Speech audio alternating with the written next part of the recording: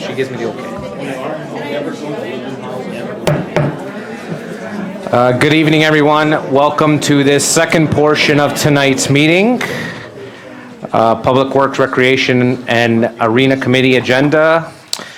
For tonight, Tuesday, February 21st. Notice to members of the public, all cell phones, pagers, PDAs to be turned off because we are being taped via YouTube and will be up in 48 hours, if I'm correct. I am your chair, Jason Trombetta. So I'll start. Number 2, any change in order of items on the agenda? Have Councillor Bell. Yeah, I'd like to move item PW-10-17, Dave Bellsma, put it in behind PW-0617, Vanessa Holman. Okay, you see the recommendation on the floor. Do I have a seconder for that, Councillor Bell? I have a seconder, Mayor Joyner. All those in favor? And that's carried. Any disclosure of peculiar interest or conflict of interest? Seeing none, we'll move on to appointments. Each scheduled appointment presentation allocated to 10 minutes. We have our CAO, Vanessa Holm. West Lincoln Public Library, Wellandport Library Improvement Grant. You got the floor, Vanessa. Okay, thank you. Hello, Mayor Joyner, Chair Trombetta, members of council, staff, and gallery. I'm here this evening to present some very exciting news. West Lincoln Public Library Board's application to the Canada 150 Community Improvement Program was successful. So this means that the Library Board has secured $440,000 from FedDev Ontario for the improvement and expansion of Wellandport Library and Community Centre. So I'll show up on the screen is a breakdown. So the total project cost of the application we put forth was $1,338,000. FedDev funding that we received was $440,000, and the max amount that they would give to any application was $500,000. So it's very rare that they give out such a high amount, so it's exciting. That combined with the library reserve at the time of application, $798,000 that we had in reserve, and some development charges, $100,000, makes up the cost of the project. So the grant opportunity was only available for renovating existing facilities. And the library's application was based on the assessment done by Savedas Architects, which recommends a renovation and addition of 159 square meters of space. So that converts to just over 1,700 square feet of space to Wellandport Library. And you can see in the diagram that is the addition to the very left there. And that's the Wellandport Library and the hall. So our grant application also included components relating to accessibility, so to enable persons with disabilities to use the space, and sustainability. So such as new windows, a new furnace, and roof for the entire facility, including the hall. The Library Board is very excited that with an improvement to Wellandport Library, along with MERS, all 3 wards of the Township of West Lincoln will have modern, progressive library facilities that meet the needs of youth and seniors in West Lincoln. I'll report back next month with the implementation plan and timeline for this project. Thank you. Any comments from members of committee?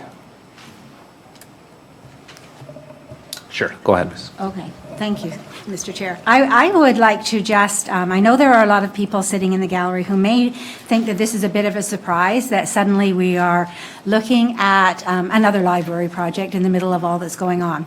So I had prepared, since we've been sitting on this for a little while, waiting to make sure that everything was really in place and that it actually was not just a dream, that we really were getting something. So I'd like to add to Vanessa's information through a bit of a historical report, if I may. All right, so I'm going to just read this in just to keep it going a little bit faster.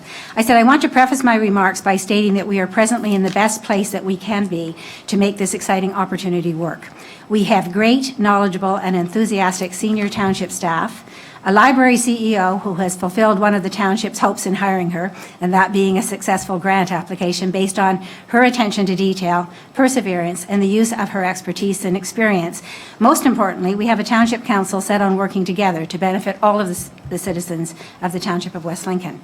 So going back, prior to 1992, a relatively short 25 years ago, we had 3 grassroots-originated library branches, just as we had 3 distinct political wards based on the historical Caister, Gainsborough, and South Grimsby Township geographical areas. The library board of the day realized that even when the old house in Caisterville, the cement block rectangular structure attached to the hall in Wellandport, and the small cement block building, some of you will remember, in Smithville, would not provide appropriate services to library patrons for very much longer. It was therefore appropriate that when the new township municipal offices, the ones that you're in now, were built, that a new Smithville branch could be and should be attached to that plan, and in 1994 the official opening was held. We presently sit in that facility. It was also deemed by the library board and the council of the day in the late 1990s, early 2000s, that money should be put into reserves each year so that other library branches in rotation could be improved, and so it was in 2005 the Caisterville Library branch was open to the delight of the people who live out that way. And so we come to the saga of the Wellandport branch. By the end of 2006, all things were in place to start looking at using the same plan for a new Wellandport branch that was used for Caisterville. And the money being put into reserves each year continued. In addition, a Friends of the Library group was up and running and working on fundraising activities, and any small bit of leftover budgetary funds at the end of each year was being put into library reserves. Many other specific donations had been made toward the building of a new Wellandport library, including a $1,000 donation from the Smithville and District Lions Club. Based on the past examples of the building process, it was hoped that the new branch in Wellandport would be ready for a 2010 start. During that period of time, the library board was readily and busily financing to build a standalone library, but was drawn by township staff into different larger visions and their follow-up grant applications, which would include a new hall, and then after waiting for months to hear, each resulted in no grant money, and therefore nothing being done except the cost of a new library building had increased as more time was lost. The dollars were going up, but so were the cost of building. In the period 2010-2014, due to changes in the township council makeup, direction, and interests, various senior staff changes, and even the makeup of the library board itself, that particular term of council proved to be an extremely frustrating time trying to move the Wellandport project forward. It was during that period that rather than putting together a library board, as we requested, a building committee, as had been in place for the Caisterville project, an ad hoc facilities committee was struck at the request of council. Servetus Architects, Inc. was asked to do a report of the West Lincoln Wellandport Library and Community Hall. This facility assessment was undertaken in the summer of 2013. However, as stated in their report, they underwent difficulty gaining information due to staff changes, and therefore were not able to report back until October of 2014. In addition, council required the library board to have a core services review of the library system done, and so the firm of LaForce and Associates were hired in October of 2014 to do that report.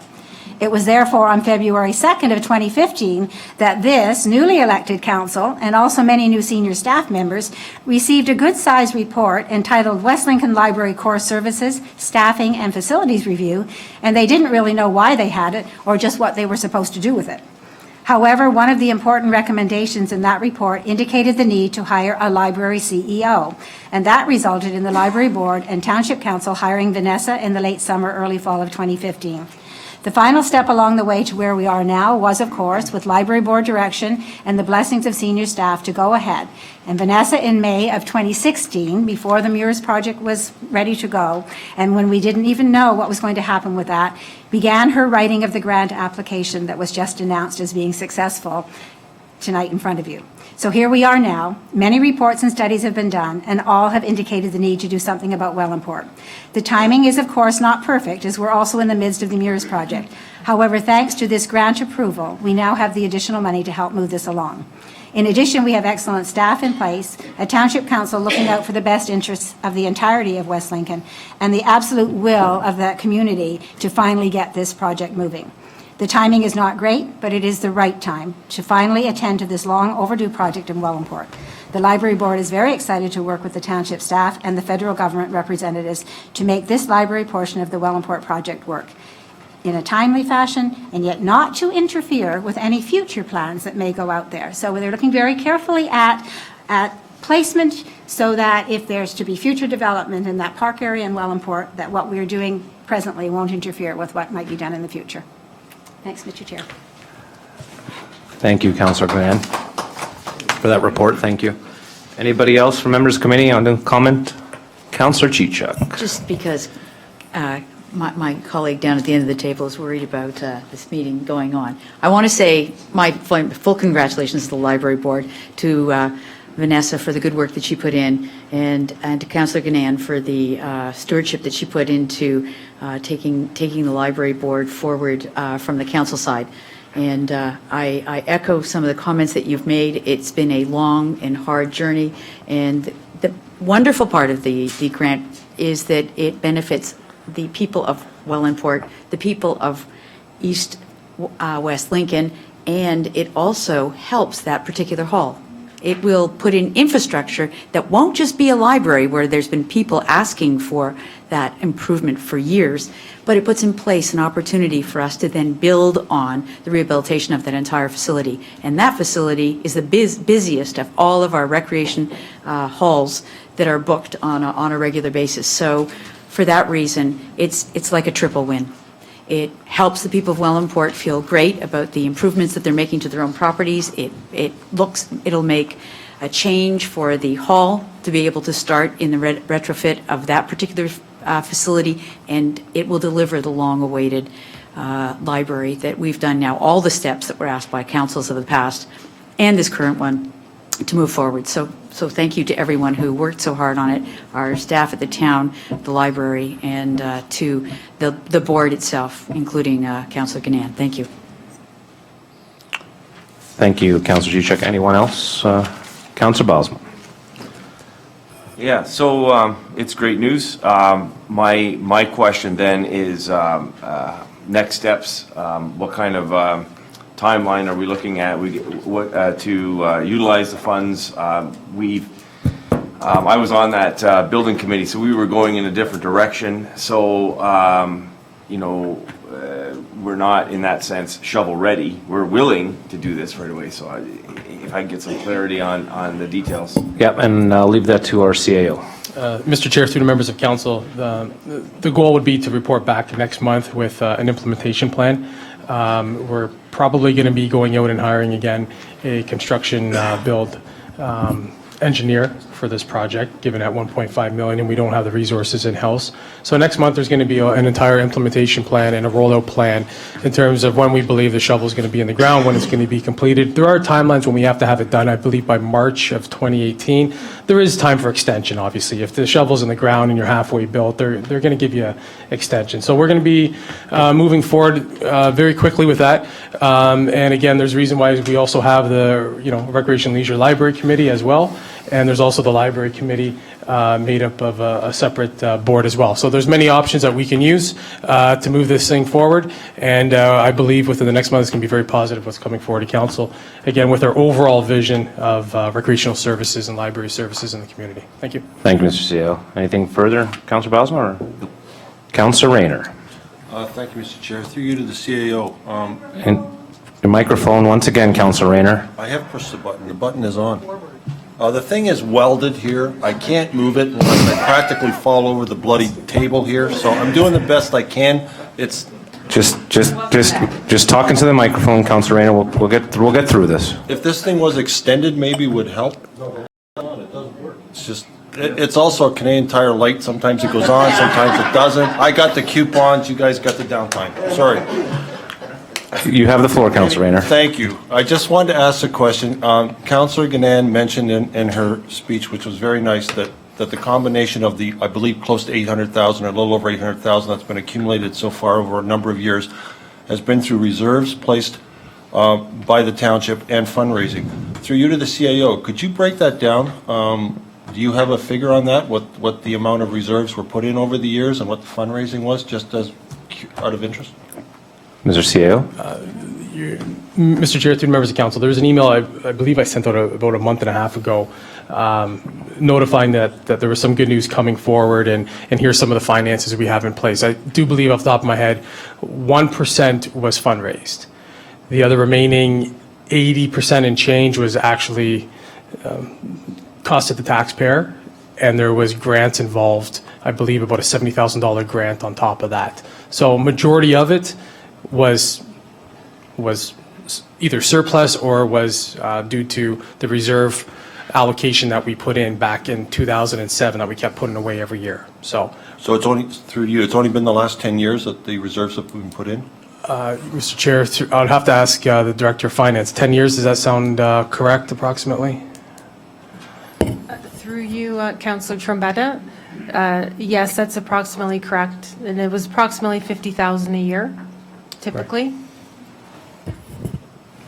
Okay. Yeah, this is through you. You don't have to go through me. Go ahead. This is the repair of the library, because this is funding for repair, we're not allowed to do like we did in Casterville, which was build a brand new library. We can't do that, can we? Because this money has to be allocated only for repair purposes of an existing structure. Is that correct? Correct. Mr. Chair, through the members of council, yes. The grant that we received is for renovation only. It's not for new builds. Those funds have not come out yet from the federal government. The monies are supposed to come out this year based on some of the dialogue I've already had. But this grant specifically is just for current facilities and renovations to current facilities. So it would not be utilized for example, say the MERS project, or if you're building brand new in Caister. So you are correct. Yes, it's for renovations. Yeah, renovations to retrofit is all we're allowed to do. Through you, did you mention there was also the possibility of getting a grant for new build? Mr. Chair, through the council, there has been some dialogue with some of the federal representatives that I've been speaking to.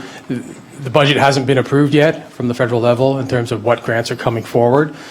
They do feel confident because it is Canada's 150th this year, so there might be some extra funds available for larger projects that are new builds, or you could maybe use it towards whatever you might, another retro, whatever it might be. So there is dialogue. It's not confirmed yet 100%, and nor am I going to commit 100% that there is going to be funds available. Just dialogue. Yeah, now that we've got the funds for the repair, it'd be kind of foolish to go ahead and try to get one for a grant, because they would know you've already got the money now, so they're not going to give it to you probably anyways now that we've got this one. I'm one that if we're going to do something like Casterville, you just build it right from the bottom up and do it right, and then it's done for many, many years. Repairing something older sometimes is not the best way to put the money, but in this situation, it's kind of given to us, so it'd be kind of foolish not to utilize it. But it's not going to be the same as if we could start from scratch with all the ideas and changes that have gone on over the years and build something that's really more applicable for the day and age that we live in. Unfortunately, I guess that can't be done. Right, and Mr. Chair, through to members of council, the great thing about this grant is that you're really repairing two facilities. You're getting, I believe it was Councilor Chichuk that said that, you're getting a 2-for-1. So the library is going to gain from it. There's an accessibility component to that library and to the hall that's going to be implemented to, which we all know is huge these days coming forward. And then you also have renovations to the actual community hall and renovating that and retrofitting that facility as well. So you're really getting, you're winning twice here with this grant. Yes. Thank you very much. Thank you, Mr. Chair. Thank you, Councilor Rayner. Mayor Joyner. Thank you, Mr. Chair. Vanessa, very good work. Well done. We've been trying to find out how we're going to get around this, and it was through your grant writing abilities that you did the perfect grant, and the timing was right, and we're receiving the money. So I do have a question, though. You had a slide up there that talked about a concept. Can you put that up there again for me, please, on the screen?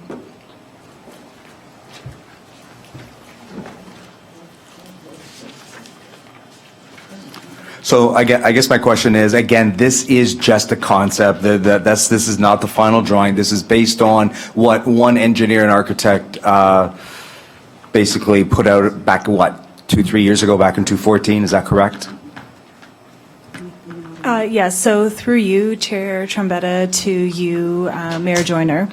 The amount that we put forward was based on the report by the consultants, Savedas Architects, which does recommend a renovation addition of 159 square meters of space. So the costing for that is what we put forward in the application. So the way this grant works is the government would provide up to 1/3 of the cost. The library was able to leverage 2/3.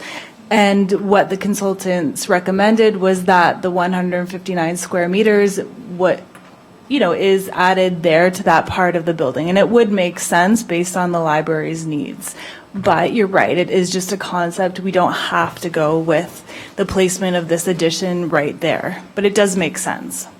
Okay, good. I'm glad that you said that because I feel differently. I know that this is just a concept and you need to go further and do more investigating with your architect. I'm going to suggest that still that the addition is on the west and the south side, but the bathrooms are on the east side.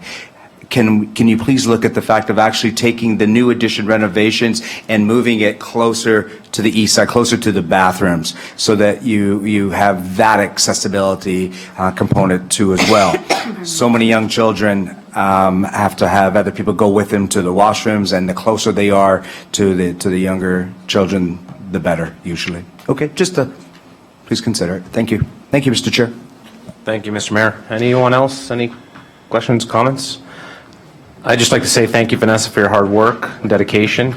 And you've been here for a little bit now, and you've come such a long way and with such great accomplishments. So I just want to say thank you from myself and members of council. Thank you. So I have a recommendation here that the CAO and the CEO of the West Lincoln Public Library Board be and hereby authorized retroactively to sign the Canada 150 Community Infrastructure Program Contribution Agreement Project number 810254 relating to the improvement of the Wellandport Library. I need a mover and a seconder. I got Councillor Ganan and Councillor Chichuk. All those questions or comments? Sorry. Just for clarification, Mr. Mayor. and it's a small thing, Chair Trombetta, but can we say that the CAO of the Township of West Lincoln and the CEO of the West Lincoln Public Library Board, can we identify the CAO? If members of council are okay with that, I don't see an issue. I'll take that as a friendly amendment. Okay, do I need a, no? Okay. So I'll note it's a friendly amendment. Because it doesn't say it. It just says the CAO and CEO. So I'll repeat it, that the CAO of West Lincoln and the CEO of West Lincoln Public Library Board, is that more correct now? Yeah. B, and are hereby authorized retroactively to sign the Canada 150 Community Infrastructure Program Contribution Agreement Project #810254 relating to the improvement of the Wellandport Library. I had a mover, which was Councillor Ganan, and a seconder that was Councillor Chichuk. Any further comments or questions? Thank you. All those in favor? Do you have a question or? Oh, that is carried. Thank you. Thank you. Next. Thank you. Next on the agenda, we've brought up from other business, a recommendation from Councillor Bell to bring it up was Councillor Balsma, multi-use recreation site. Councillor Balsma? Thank you very much. But wait just one second, Councillor Bosma. Before you get into it, I have the CAO who's got some information I'd like to bring forward first, if he can, please, on this item prior to you speaking, just before you get going. Sure. If that's okay, thank you. May I use the laptop down there? Absolutely, Mr. CAO.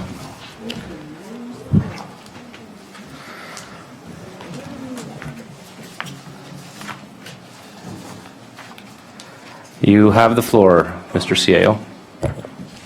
Can everyone hear me in the back? Everyone here okay? Yes? Thank you. Mr. Chair, Your Worship, and members of council, I have before you tonight a historical timeline of events that have transpired to allow some open dialogue for tonight. Because I believe maybe there's some misinformation out there that might be getting circulated. And this is a very good reminder to all of council how we got to where we are today and how we're moving the MERS forward and how the MERS project was moved forward in a positive way with an overall vision to move this in the proper way. So if I may, Mr. Chair, I'd like to start off. Absolutely. I'm not going to go back as far as 1995 because I believe somebody made that comment this evening. This topic has been on the books since 1995. I'm not going back as far as 1995. I really want to start in July 21st in 2014. This was when the previous council, just prior to election, voted in favor, recorded vote, the only one that was not in favor.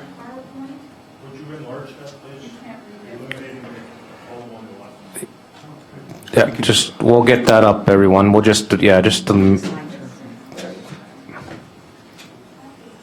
go. Is that better? Yeah. Good. So again, so this resolution was approved by the previous council. I'd like to go back approximately 3-4 years to when where it really all started to where we got to today. And it was back in July 21st in 2014. There was a recorded vote from the previous council to proceed with approximately $12.6 million for a facility down at our current arena/fairground site.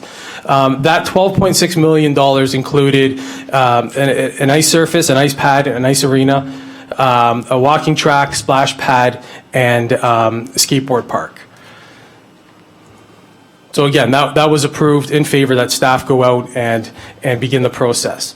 Then in May 25th, 2015, when a new council came on board, there was a variety of dialogue, a variety of discussions, meetings that took place. And as a result, council of the day, which is currently right now, asked that we put it on hold and we come up with specific tasks that we can go out and solicit the community in terms of conducting a survey, having open houses, continuing to look at fundraising options, what's realistic, and overall, what do we really need? Because we know our numbers were growing as a municipality. We are going to be feeling a little bit of a crunch, and I'll get to that in a few minutes, especially what we just approved Monday night at planning.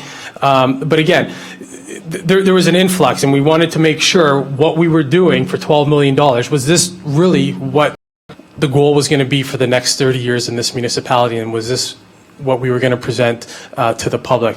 After an array of tasks and functions, staff then brought forward all the information to council for consideration. The key points too that we were looking at was in May 25th, council took that report of $12 million, tabled it. And then in June, we came back and said, let's start having some open houses. Let's start tackling some of those tasks, those approximate 7 to 10 tasks. And a lot of them include open houses and dialogues and workshops with the public. So again, on July 21st, 22nd, and 23rd in 2015, council authorized staff to have open houses and roundtables with a variety of locations in the community. We took one from each ward, and we had dialogue so we could eventually report back with further information.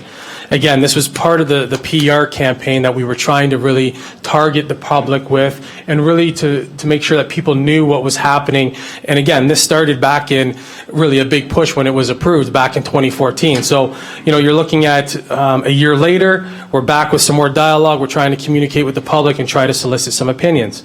And then back in April 25th, 2016, almost a year later, because we took some more time from July, there was budget And then we came along in April the following year. Well, once we compiled all the information, we figured out a strategy. How do we start advancing the municipality in a positive way to ensure that we can communicate this project to the fullest to the public? Because this is not an easy decision by any means by council. So on April 25th, 2016, council approved.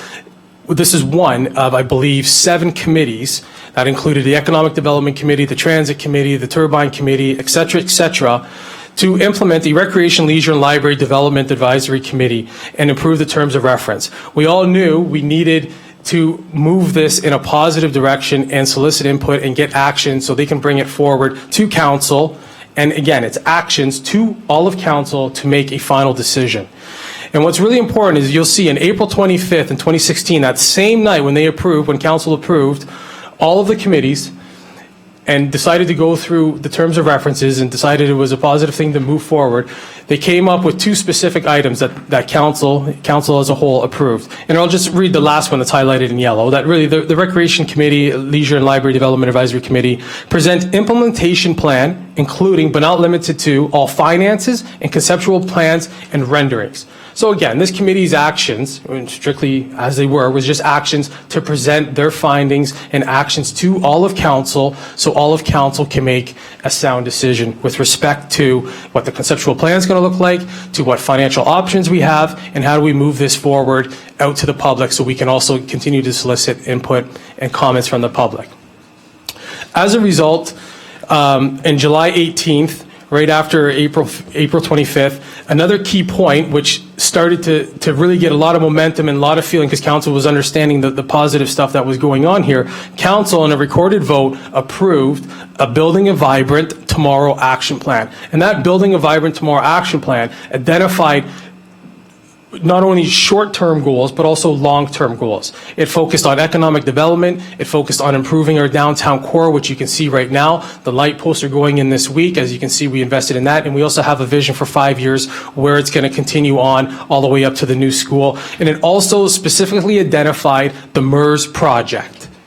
So not only did the Building a Vibrant Tomorrow and a recorded vote all approved by council to move forward with included MERS, but also other strategic points in our strategic plan. And council as a whole wanted to move this municipality forward, and I keep saying it, in a positive way. And we just approved an economic development master plan, and we also approved the renderings, urban design manual, along with recommendations coming forward from the committee. So this was all one big package in how we market it now, and it's been on our website from day one, Building a Vibrant Tomorrow. On September 26, 2016, the CAO presented an implementation plan that identified and addressed all recreational needs. So this, if you recall, back in the last slide that I just had, we were to report back in September 2016. It's highlighted in yellow. It's, I don't know, the 4th sentence down. So that's exactly what the committee did based on council's directives.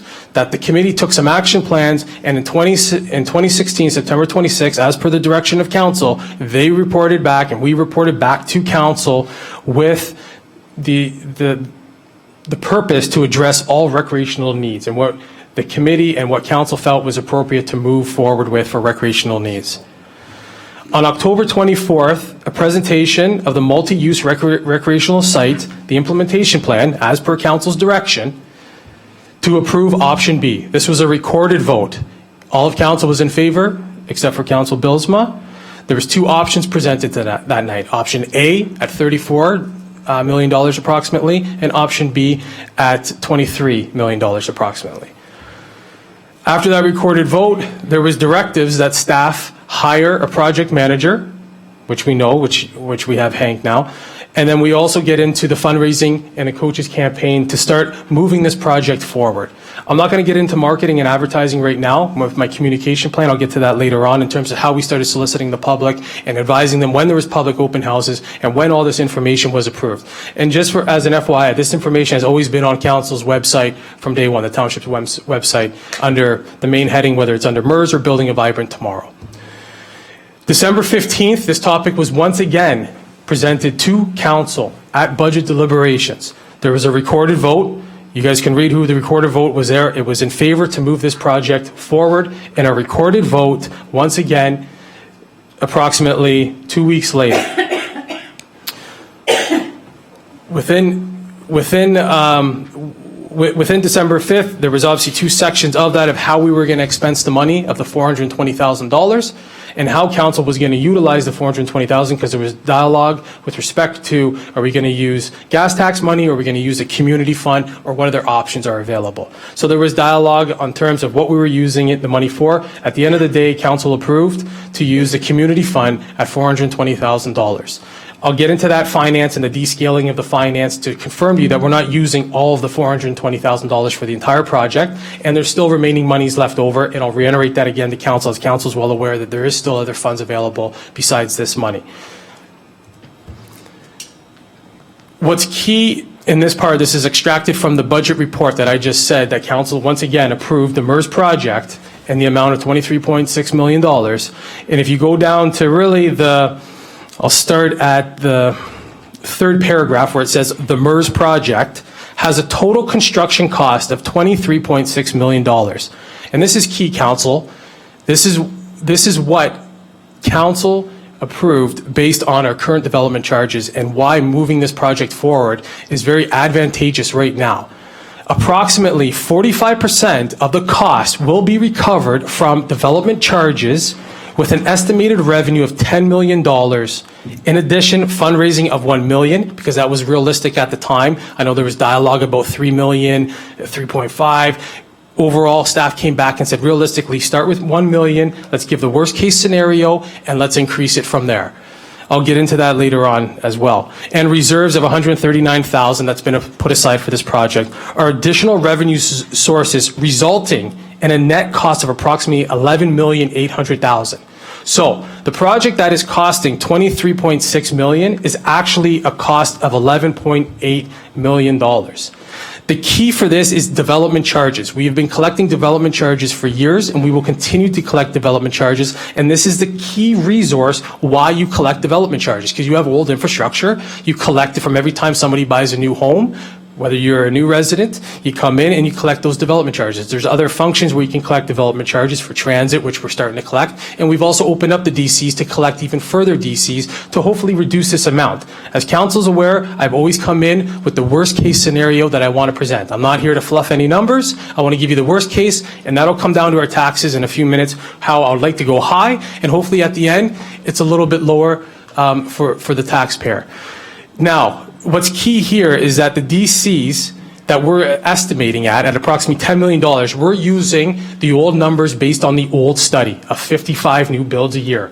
We all know, which we've been presented to council, we're well over 120. So do I believe these numbers are going to be even stronger for DC charges? Yes.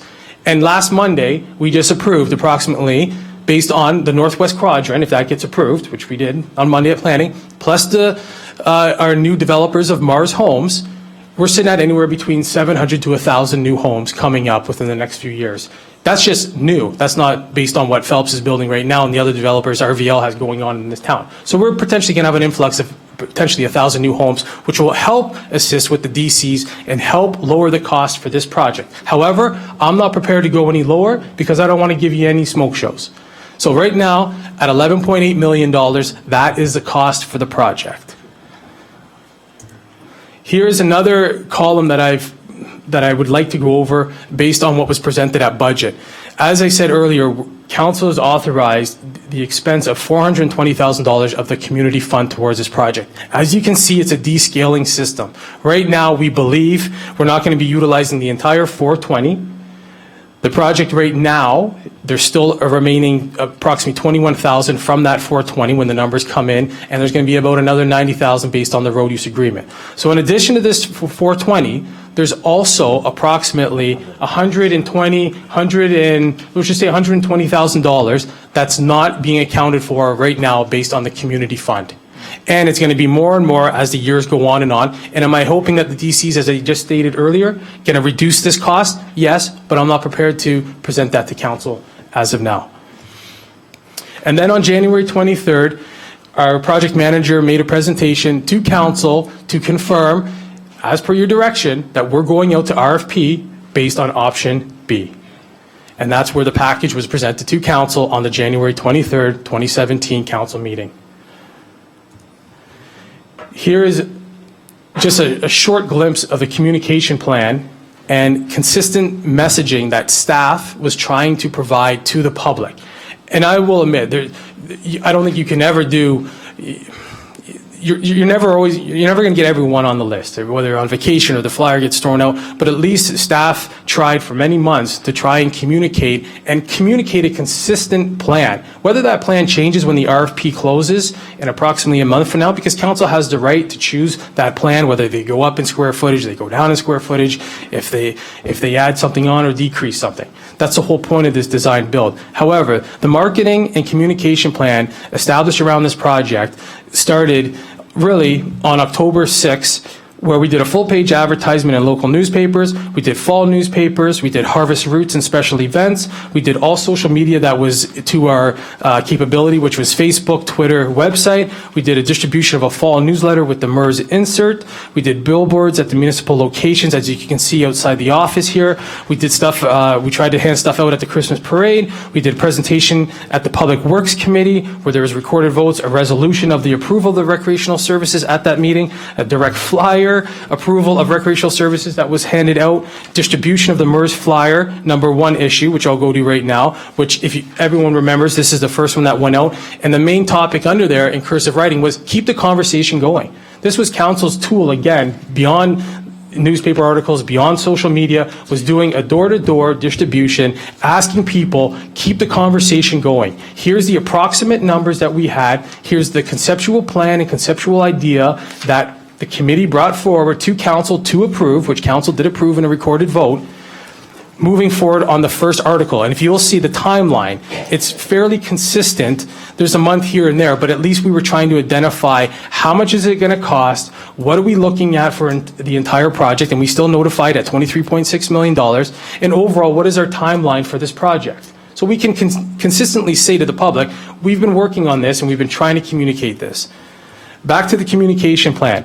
We also identified on this flyer, you'll see that there's actually public input notices based on the dates, and it's clearer on this page here, that there's public input opportunity for any member of the public to discuss this at the November 14th. There was a November 16th public input, public input at the 2017 budget meeting on December 5th. Then there was the distribution of the MERS flyer number 2. And again, this was us as administratively communicating to the public based on council's decision. And this was after council approved, as a recorded vote, on December 5th, approving the project with a 3.5% budget increase. As everyone is aware, our target for the first year was 5%.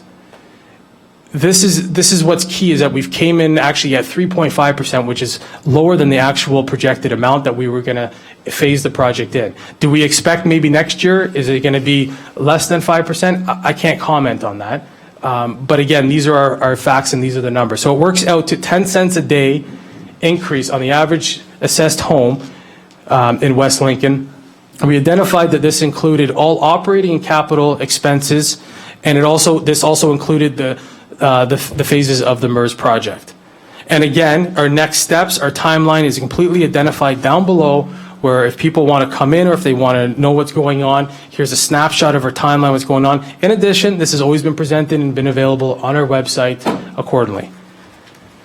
After that, we also had Hank come in and present the RFP for further dialogue. Council could have asked questions, which I know there was questions asked of Hank that evening in terms of what's next for the RFP. What's next for the RFP is that the RFP closes on, I believe it's March 16th or 18th? 16th. And then that report will be presented back to council at April committee.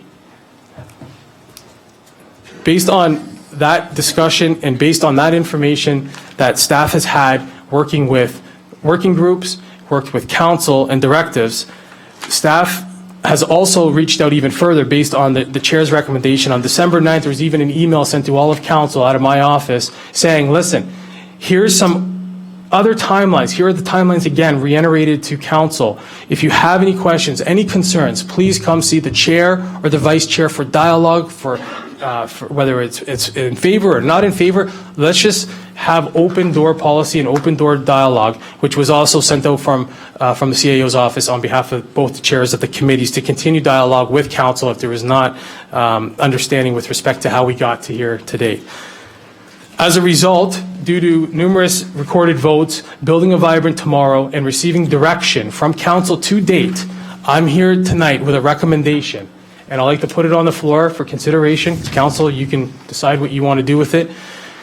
And the recommendation is this, that council hereby endorses and reconfirms its support of the presentation by Hank Humera of the MERS RFP as presented on January 23rd, 2017, and the budget cost, project timelines, and fundraising targets approved in the 2017 budget, and that council hereby confirms that all previous motions and actions that are inconsistent with the above be and hereby considered to be superseded or repealed.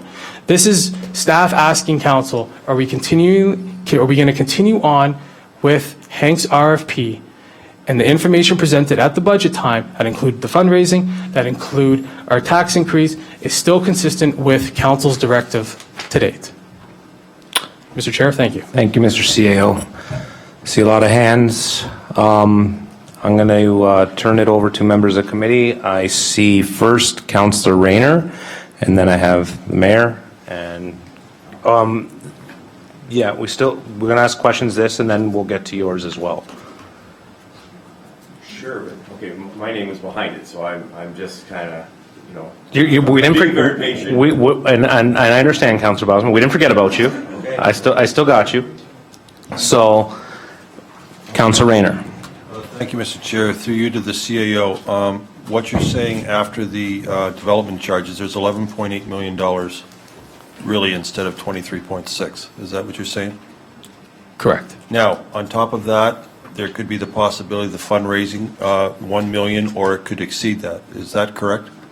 Correct. And And then on top of that, there is the possibility that we could receive grant because the new government that we've had as of last year is trying to promote that throughout Canada, especially on the 150th anniversary. There is the possibility we could also receive a grant for this project? correct. And the provincial government provides operating grants for programs in addition to that. Okay, how soon, through you, Mr. Chair, how soon before we would be able to find out that information? Mr. Chair, through to Councilor Rayner, I would have to kind of figure out the timelines for their approval of budget and then move it forward. I would have to solicit some more information. I don't know exactly when they would be able to release it publicly because there is protocol they have to follow. So. And I'm just stating fact right now that I want to get clear through you, Mr. Chair, through the CAO. Please correct me if I'm wrong. The first year of this term, we had a 6.9% increase in the taxes. There was no MERS involved. Second year, we had a 5% tax increase overall. There was no MERS involved. Last fall, we approved a tax increase of 3.5, projected 5 with the MERS. Is that not correct? Correct. Do you anticipate, based on the fact that you've got a situation of a, quote, worst-case scenario, that continuing on in this direction, there is a good possibility that the next number of years can come in even less than 3.5 based on the development charges, based on the chance of a grant, based on the fundraising potential? I believe Lincoln fundraised like $4 million. I believe Dunnville fundraised something like $3 million. There is the possibility that the tax increases could even be well under the 5% projected as they were this term? I can't commit to that. I'm giving you worst case, but there is definitely potential for grants. There's definitely a potential for fundraising, and that fundraising is also a marketing campaign as well, where you look at naming rights and marketing rights and advertising rights that go inside of a facility as well. It's not, as somebody said tonight, just talking about a bake sale. However, there is alternate options and definitely options available. We're not the first municipality that has gone through this, and nor will we be the last. So there is services and options and directives to take to assist with that, yes. Thank you. Those are my questions. Thank you, Councilor Rayner. I have the mayor. You have the floor. Thank you. Thank you, Mr. Chair. Councillor Minner stole a little bit of my initial thunder here, but again, I was going to ask how much did Lincoln fundraise, and I don't remember the number. Do you remember, Mr. CAO? It was approximately $3 to $4 million. Okay, to thank you. fundraise that, yes. And as far as campaign coaches, they will come in and tell us what kind of money they expect to fundraise. Is that correct? Definitely. And have they given us that number yet? Just preliminary discussions. He believes our 1 million is he doesn't understand why we only have 1 million on there.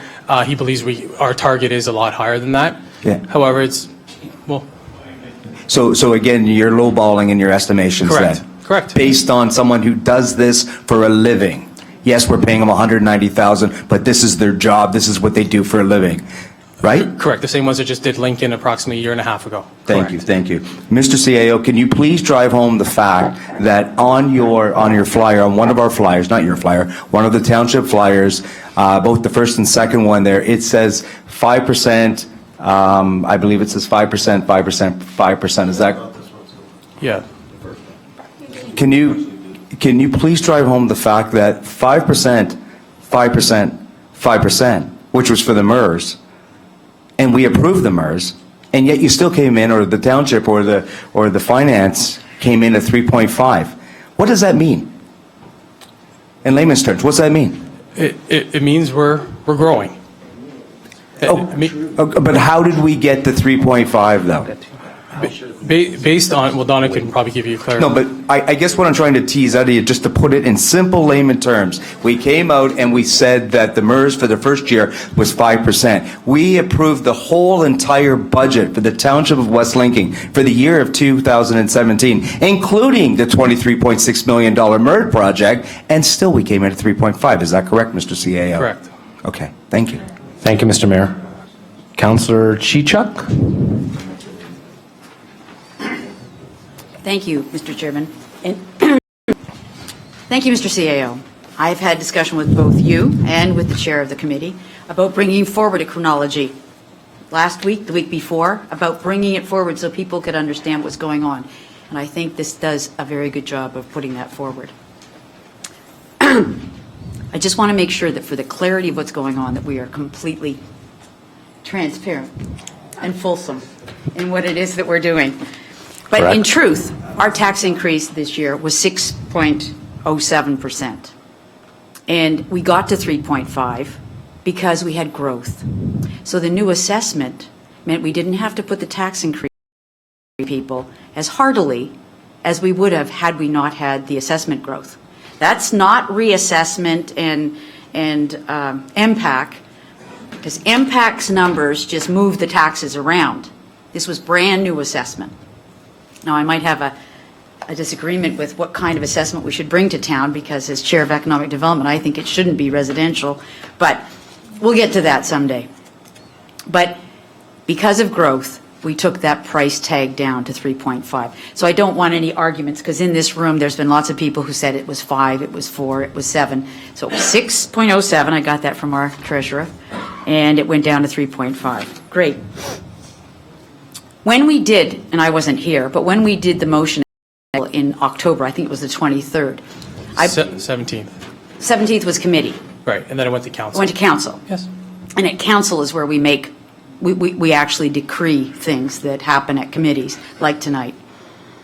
And at the 17th, we also went forward with no, it wasn't there. I can't remember where it was. We referred back to staff a number of items that had been residuals from motions from the past. Correct. To the Councilor Chichuk, that was the report that was tabled, and we took that off the So that that report that was tabled that had, let's go out and get 50%, let's go out and get a whole bunch of things done. Through the process that you've described, you referred back to staff a number of things that were tabled. So it was not that council voted them down, right? So tonight, with that, with that second part of the motion that you're proposing, Yep. we're clearing the table, we're clearing the decks of all of the confusion about what was in the tabled items Correct. that got referred back to staff, where some people might be expecting it to come back, the 50% funding. I can't remember what else was in it. I know it's here in this pile. But so that second part of the motion is saying that the action that council will take forward is, that's all gone, and the motion, the first part of the motion is what you want to be reconfirmed, which we really don't have to do because it's really there, but you're doing it for window dressing to try and explain what you've done. Is that correct? Correct. Through you, Mr. Chair. Okay. We have asked lots of questions. We've asked them various places, whether it's direct to staff, whether it was through the committee, or whatever. But you said briefly in your presentation that there is still plenty of opportunity to ask questions. And when the RFP comes in, if there's a need for a change, we want to have a 20,000 square foot library. I hate to use that number because it was well reused. So a 14,263 foot library. Or if we want to have 4 bathrooms instead of 3. I'm trying to be very funny here, but I don't want people to think I'm predicting. If we want to do those kind of things, we can still do it. It will change the RFP because it's a design build, and these guys are saying, this is what it's going to cost you to get what you want. And you gave them the top end heavy of $23 million. You're saying that was what we had to put on the table. They'll come back, and then any upgrades that want to be had, because they'll tell us they're going to build a sardine can, and we may want to have marble on the outside, right? So that would be an upgrade.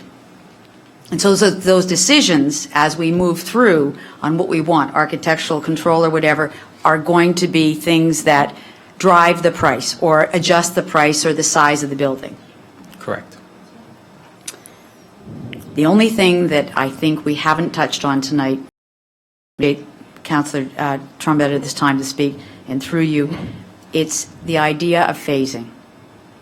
And phasing in October 17th, I watched the movie last night, and phasing was mentioned by everybody. It's like a late night thriller. Which movie are you referring to? It was a late night thriller. It was October 17th. Oh, It was movie you're watching. I'm sorry.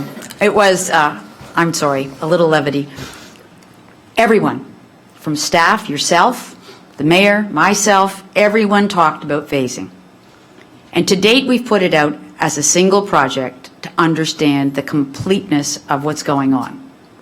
But the opportunity to either cancel, eliminate, or phase is still in the hands of council when that are correct. Correct. Thank you. Councillor Chichik, any further? I might, but I'll leave that now. Thank you. Anybody? Councillor Bell. Through you, Mr. Chair, to Councillor Chichak, what part of the phasing don't you understand? Sorry. To Councillor Chichak, I'm not sure what part of the phasing you don't understand. We have talked about it. Everybody's talked about it. We're phasing in 2017. We're starting now 2018 with completion in 2019. It went out as a project. It didn't go out as build the washroom in the south end, build the ball diamond in the north end. It went out as a project over the years of 2017, 2018 with completion in 2019. That's phasing in a project. So I need clarification what you were saying, please. Councillor Bell. We talked about phasing and building, and it was mentioned on October 17th. It was talked about building one piece of it. Our architects from MJ. yeah, you know what, I think they were the first MJBM talked about consultants. Yeah. the fact that you could build half of the facility and then the second half years later. I'm using their words, not mine. I don't care if we build the whole thing. It's an option. I mean, at one time. I'm not having a problem with understanding it. I just wanted to make sure that what I was making a point of was the opportunity to ask questions, the opportunity for this council to be the one to make the decision, because there have been concerns about the fact that it isn't, they're not council, we're committee. My point was nothing about the phasing, although all of those meetings talked about phasing and building in different times, stopping and starting. And we know there's a cost to that. I'm not concerned about that today, sir. When we get the numbers, we'll have a chance to evaluate that. All I was concerned about was the fact that, pardon me, was that this committee will have the opportunity to make the decisions and that council will ratify those decisions at a future date. That was the point that I've heard repeatedly in this community, and I wanted it put on the table. It's not about what you're saying, and I'm not going to dispute that tonight. Watch the October 17th. That's where I got it last night. Okay, thank you, Councillor Chichuk. Something further, Councillor Bell? Yeah, Because there's other people who just want that's to. good. I just want to clarify all this to Councilor Chichak. So if that wasn't the point of phasing, why did we make such a big issue and not just directly ask the question that you got to? Like, you're confusing the issue, and that's part of the problem. People get confused because of some of the questions that get asked, it goes around and around, and we need to get right to the point. If that was your point, we shouldn't have been dwelling on the phase and in phase of it, because that was clarified and taken care of. So that's all I want to say. Okay. So, other people want to talk. I got Councillor Bowles going to talk on this issue before your presentation, or because technically I'd like to talk on this issue first, and then we'll go into that, your presentation afterwards. So if you're, let me finish. If you're able to talk on this issue, that's fine, because I also have Councillor Rayner who needs to speak as well. So is it on this issue? Yes, of course. Thank you. Thank you. We have the floor. I think there's, can everyone hear me? I think there's a little bit of a misunderstanding. We moved this up and then. I don't think your mic's on. Okay, we moved this up. The CAO made his presentation. Mine is, I don't have necessarily a formal presentation. I was looking for an opportunity to ask questions. Sure. And so, I'm going to take this opportunity that's afforded. I don't have anything further once this Once discussion this is is done, over. that's fine. So I can take that off the table, then what you want to. Well, let me speak. I want to ask my questions, and they're very appropriate to have at this. Councillor Bosma, I've always let you speak. Okay, thank you Okay, very no much. one is referring you from not speaking. Go ahead. Okay, people, I've let Councillor Bosma speak. He's allowed to speak. He's got the floor. Yeah, so the presentation that was presented was not in our package, so this came new. Had I known it was there, I would have just inserted myself into the discussion. I thank you for the discussion. That happened already because it means I don't have to hold up my own flyers and papers because I had them all here. So the winter newsletter came out, and so there's a couple things that I'd like. They've been referred to many times here tonight, and I think there needs to be some clarity on that. One of them that was in the winter newsletter, halfway down, it talks about the 3.5%. Can we bring it up on the board here, please? Yeah. If that would be more. Well, it's referring to that 3.5%. Now, there's been a lot of discussion here this evening about the 3.5%, and so I need some clarification on this. While the final number was 3.5% increase, before we inserted the MERS, we would have had a tax reduction. Is that correct, through you to the treasurer? Sure. Through you, Chairman Trombetta, to Councillor Bosma. Yes, I'm referring to the budget report that was presented in December. And on page 3 or page 6, depending on how you're reading it, there were two charts provided. Chart 1 was the impact, the tax levy without the MERS allocation, and then the impact with the MERS allocation. Without the MERS allocation, we were looking at a 0.97% general tax levy requirement.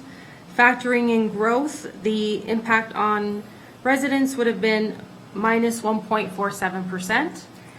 With the MERS, we looked at a general levy requirement of 6.07%. After factoring in growth, the impact to the average resident is 3.5%. Thank you very much. So my point being, and it may be a subtle point, but at least it's the truth, that had the MERS not, excuse me? Councillor Bosma, you still have the floor. Continue. Oh, okay. Continue. I was hearing something, yeah.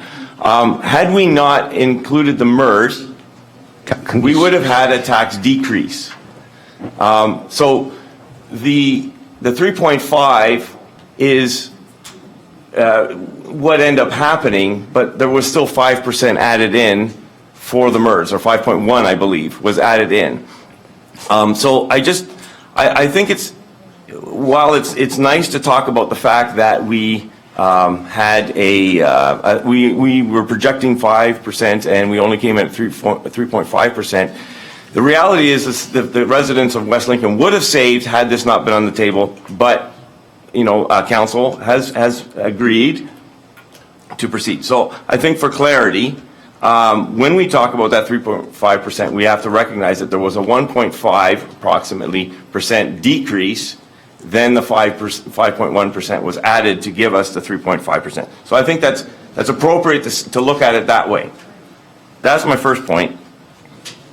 Another one, again, part of the confusion that I think is circulating is the fact that at the October 17th, and I said this at the October 17th, we approved a Plan B, and it was spelled out what was all included in that Plan B. And then the subsequent flyers that have gone out use terms like features. You see that 3/4 of the way down, features, and then it lists the features. And then my contention has always been that the confusion is in items like the band shell, greenhouse. The museum was a new word. These things were introduced, and I understand they were talking points. But when they are listed as features, the community gets confused because that was not in the Plan B, and that was my question previous. Why were those things included if they were not part of the Plan B? So some of the confusion is that maybe this is a little bit too forward thinking. Whatever. I appealed to council or to the writers of these types of things to make sure that they stuck with what we had approved. So that at the very least. Those are just two comments. I have, there are 4 things that we are looking at to fund this. They've all been addressed this evening. Taxation, DCs, fundraising campaign, and the community vibrancy community fund. Now, there's only one that's an absolute rock solid source of income, and that's taxation. So if any of these other 3, and I tend to call them precarious because we don't actually know. There's projections about growth and such for the next 2 or 3 years, and probably pretty accurate, but beyond that, they can become less accurate. The debenture cost for this multi-use recreational site is across 30 years. We cannot predict very accurately beyond 10 years. So when we look at development charges, the fundraising, and the community fund, I think that those are less sketchy. If any one of those fails and they don't compensate for each other, eventually it's taxation that has to make up the difference. So that's concerning for me, because if these are precarious and that's our only rock solid, I would love, that more were in the rock solid. So that brings me to the number one source of revenue apart from taxation, and I just have a few questions about the DCs themselves. Exactly how are the DCs administered?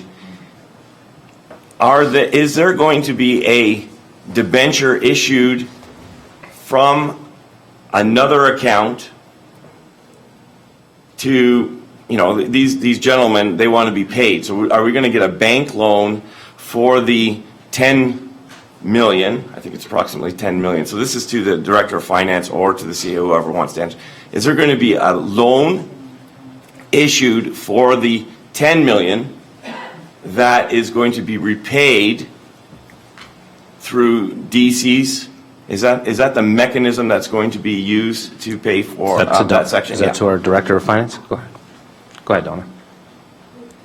Through you, Councillor Trombetta, to Councillor Bosma.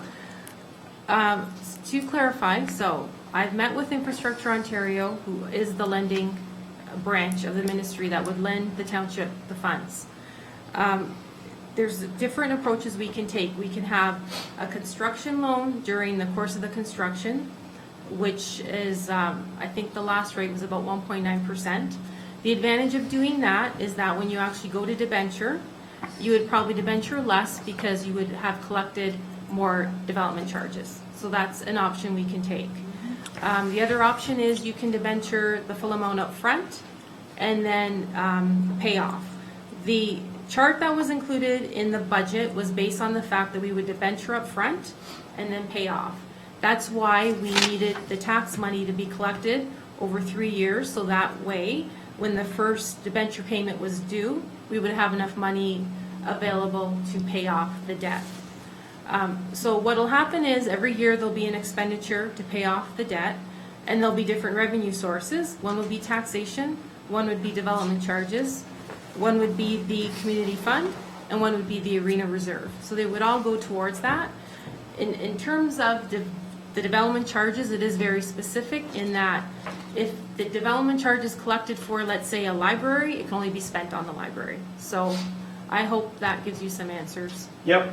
So I just concerned about the mechanism, because the perception is perhaps that we have a fund of the 10 million already kind of sitting there, and we're only going to debenture the 11 million, but we're actually going to debenture the 23.7, whatever that kind of final number, and then use the three sources to pay for the annual payments. Okay.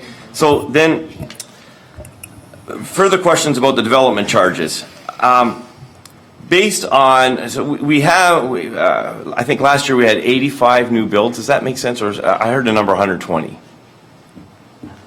Through you, Councillor Trombetta, I think it was 120 building permits? Okay, Or for new development builds. charges that were collected? So Yeah. development charges are essentially a retroactive tax. People build homes into our community, and they find the community as it is with its amenities and with its infrastructure, and so they're paying retroactive tax to come in and have those, they're help shouldering the load as they come in. So my question is, about $10 million across 30 years has to be collected. My calculations included a number of about 100. Now, obviously, my number is wrong in the short term. So I'm wondering what kind of increase to development charges are we proposing? And I know we're going to get into that discussion, but I guess asking the question now so that we have clarity before we make a final decision. What kind of increase are we going to see on our average home? I think is what, $313,000 on average. So if we build an average home in West Lincoln on a $313,000 home, what kind of money would we be increased on the already existing development charges that they would be charged? And if you don't answer today, I understand that I'm asking the question more in general. I'd like to see how that all. Through you, Councillor Trombetta. Our financial analysis is based on the development charges we're currently collecting, and it's based on 55 builds. So it's very conservative. We're going to start the project of re-looking at our development charges. I can't tell you right now how much they would go up by, but anything they do go up by is extra funds that aren't even factored into this plan because we tried to be really conservative. But this plan included 55 new builds a year. Okay. Thank you for that. So when we have that whole discussion of DCs, essentially, there's going to be an increase. Off the top of my head, just with the calculator and throwing some numbers out, I'm looking at I came up with a number of about 4,000. But I hate to throw bad information out into the public, but when people come in, they would expect to pay $3,000-4,000 more for a home in that department called development charges. Through you, Chairman Trombetta, I believe the current development charge is approximately, I'm going to say, about $5,000. Yeah. I don't see it doubling, so you're saying a $5,000 increase? Or I can't say that it's going to be $10,000. I don't want to say that. Okay. And just to also reiterate is when we're doing the development study, background study, we're also looking at roads, bridges. We're looking at all the infrastructure, not just the MERS. Correct. We want to take into account that we do have a new north quadrant that's going to be developed. We're going to be looking at our water lines, our sewer, the whole thing. So it's really hard at this point to try to predict if it's going to double. Transit. My My concern is, and look, I can appreciate that you've done all the conservative numbers. I still find them very, very large, overwhelmingly large. We are looking, even with all this conservatism, we're still looking at, a 13 or 15% increase, and those numbers are actually compounding. So when you add the 5% the 1 year and you add 5% the next year on the new number, it's actually a little bit larger. So, there is compounding additions there. I want to make sure that we don't do something absolutely crazy like stall development that we would need for this. We can ask for too much and end up putting the brakes on. We get a developer in here who says, you know what, I'm pulling up stakes. I bought the property, now I'm taking my stuff out of town. So I want to make sure that we come up with a realistic number, or at least we have the information to make an informed decision. I'm still very, very concerned that we don't stall development in this community because we get too greedy by putting all of our eggs in the development charge basket.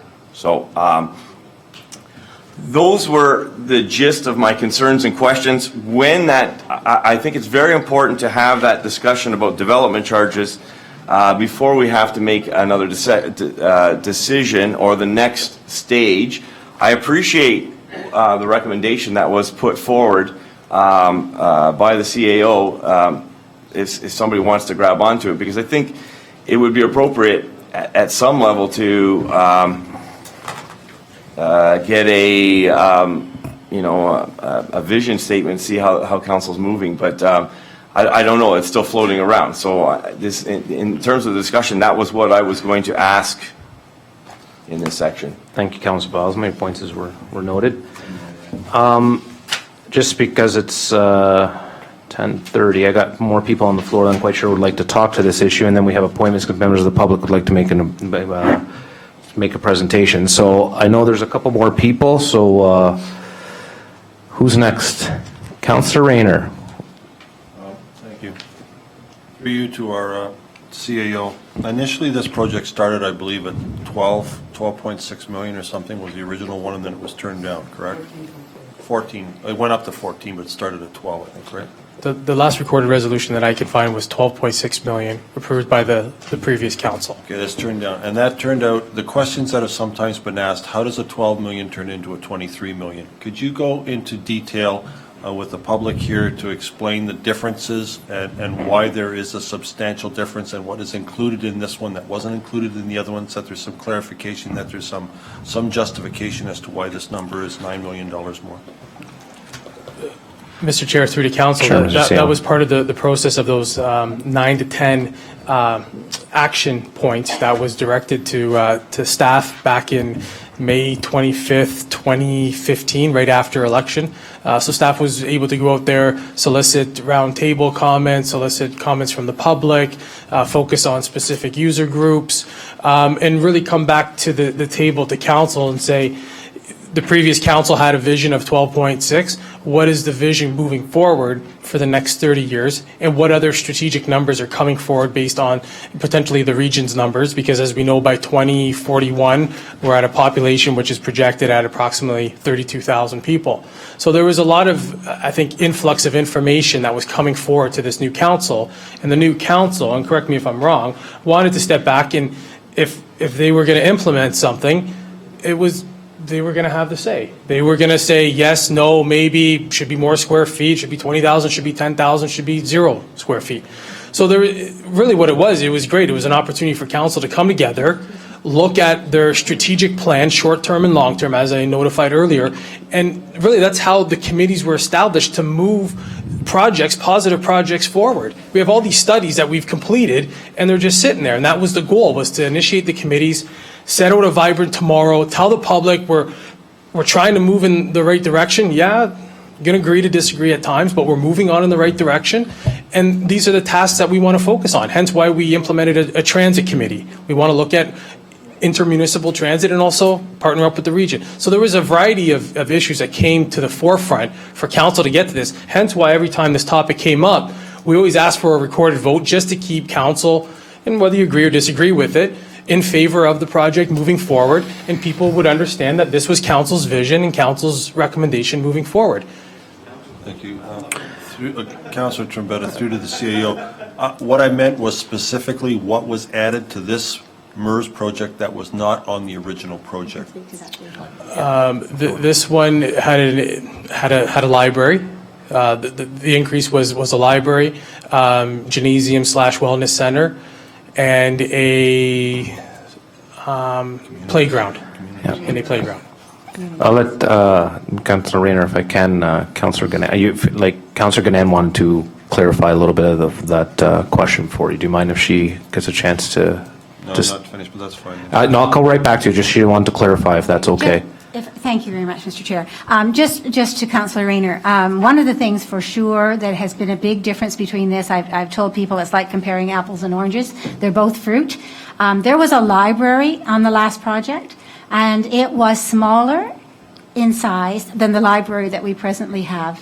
No one in that involved team that was putting that together ever asked the library board or even spoke to Catherine Vaughan, who was the head of the library at that time. So somebody realized the importance of adding a library to that, and but the size was never discussed with anybody from the library. So then I was asked on behalf of the library board, long before I decided to run for council, to say if there's going to be a new project moving forward, then the library wants to be part of that and be part of those discussions. That's only one project. So that's one portion for sure, and I know it's a big chunk of the cost because of communities. building a library. Continue on, Mr. Councilor Rayner. I'd like to comment on Councilor Bilsma's discussion. I think he had some very good thoughts and looked at it very chronologically. The only thing I had a concern about was he mentioned 4 items: taxation, development charges, fundraising, and the vibrancy or the community fund, and said the only one that's rock solid is the taxation. I'd like to refer to the CAO. Is the vibrancy fund not locked in? Mr. Chair, student members Yes. council, that's a binding agreement that's locked in, right? So we're- that is rock solid. To my understanding, it is. Excuse me, let him finish. Okay, We've been so- respectful to you, Councilor Bosma. So my point is that's guaranteed for the next 20 years. It's under contract. It's rock solid. Correct. Okay, that's what I thought. Development charges was based on 55 homes a year. We're doing 120 now, and we've got a phenomenal amount of growth happening. Unless there's a major recession in the economy in the next few years, there's no reason to expect that we're going to be at least well over 55 in the development charge. Is that not correct?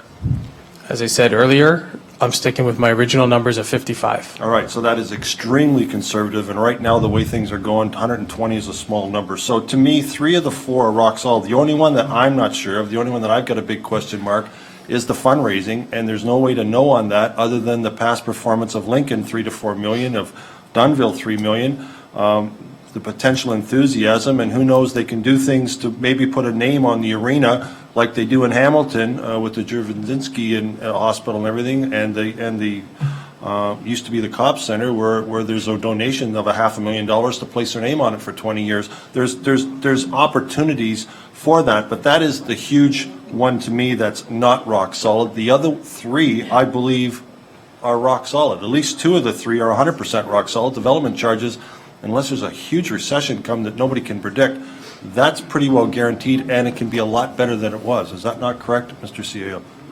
Correct. That's all the questions I have. Thank you, Councilor Rayner. Mayor Joyner. Okay, thank you. Thank you, Mr. Chair. I take quite a bit of exception with Councilor Balsama's comments, and I'll go right back to the local newspaper ads. You know, we talk about clarity, we talk about transparency around here, and we talk about confusion.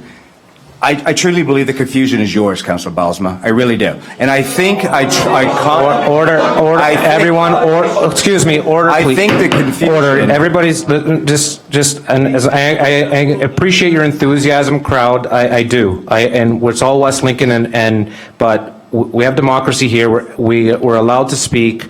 Please let him finish, and then we can, excuse me, just please let him finish, and then we'll go from there. We listen to other members at the table here.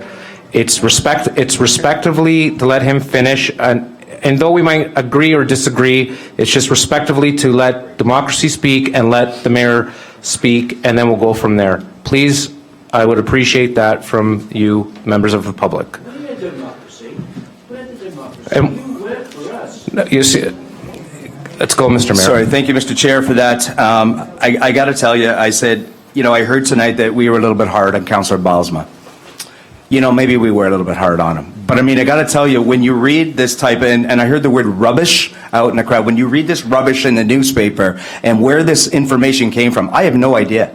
You want to talk about confusion. The confusion is that if a councillor or the mayor or staff don't know the facts, then they go out there to the community, the general population, and they give improper information, that's confusion. And that's exactly what's happened. And that's why in a lot of cases, what we've done is that when people give us emails over and over and over and over again, I stop answering them. Because the thing is that they take my information and they totally distort it. And by the time it gets back to, the 10th person, there's no factual, it's called alternative facts. And that's what we see down in the States.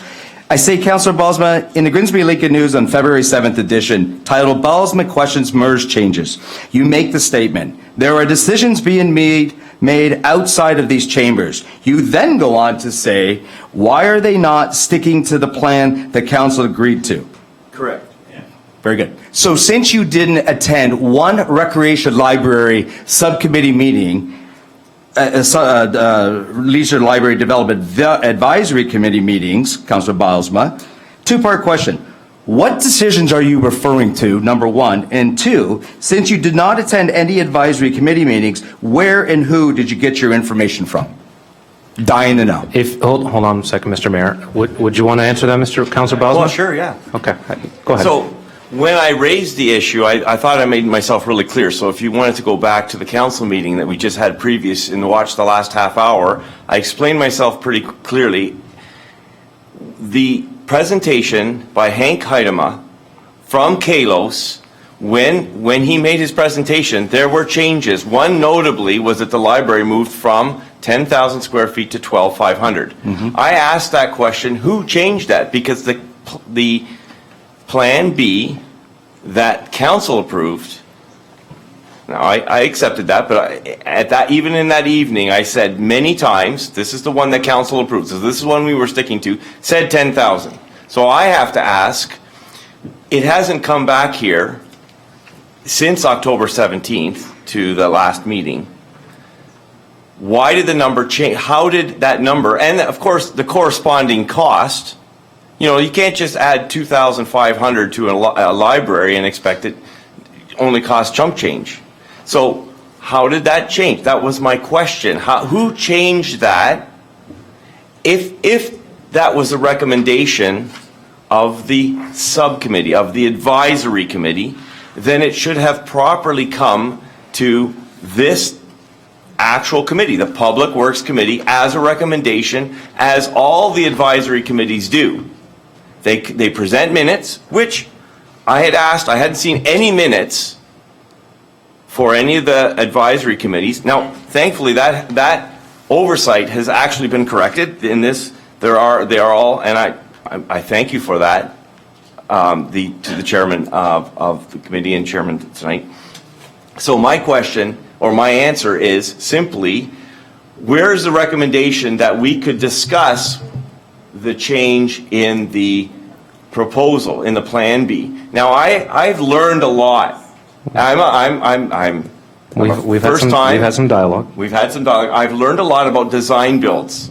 So I understand that there's some flexibility. Of course. And what we have determined is that, the council has determined that we're going to spend the 23.6 one way or the other. Now, I take issue with that, and I was completely floored by that.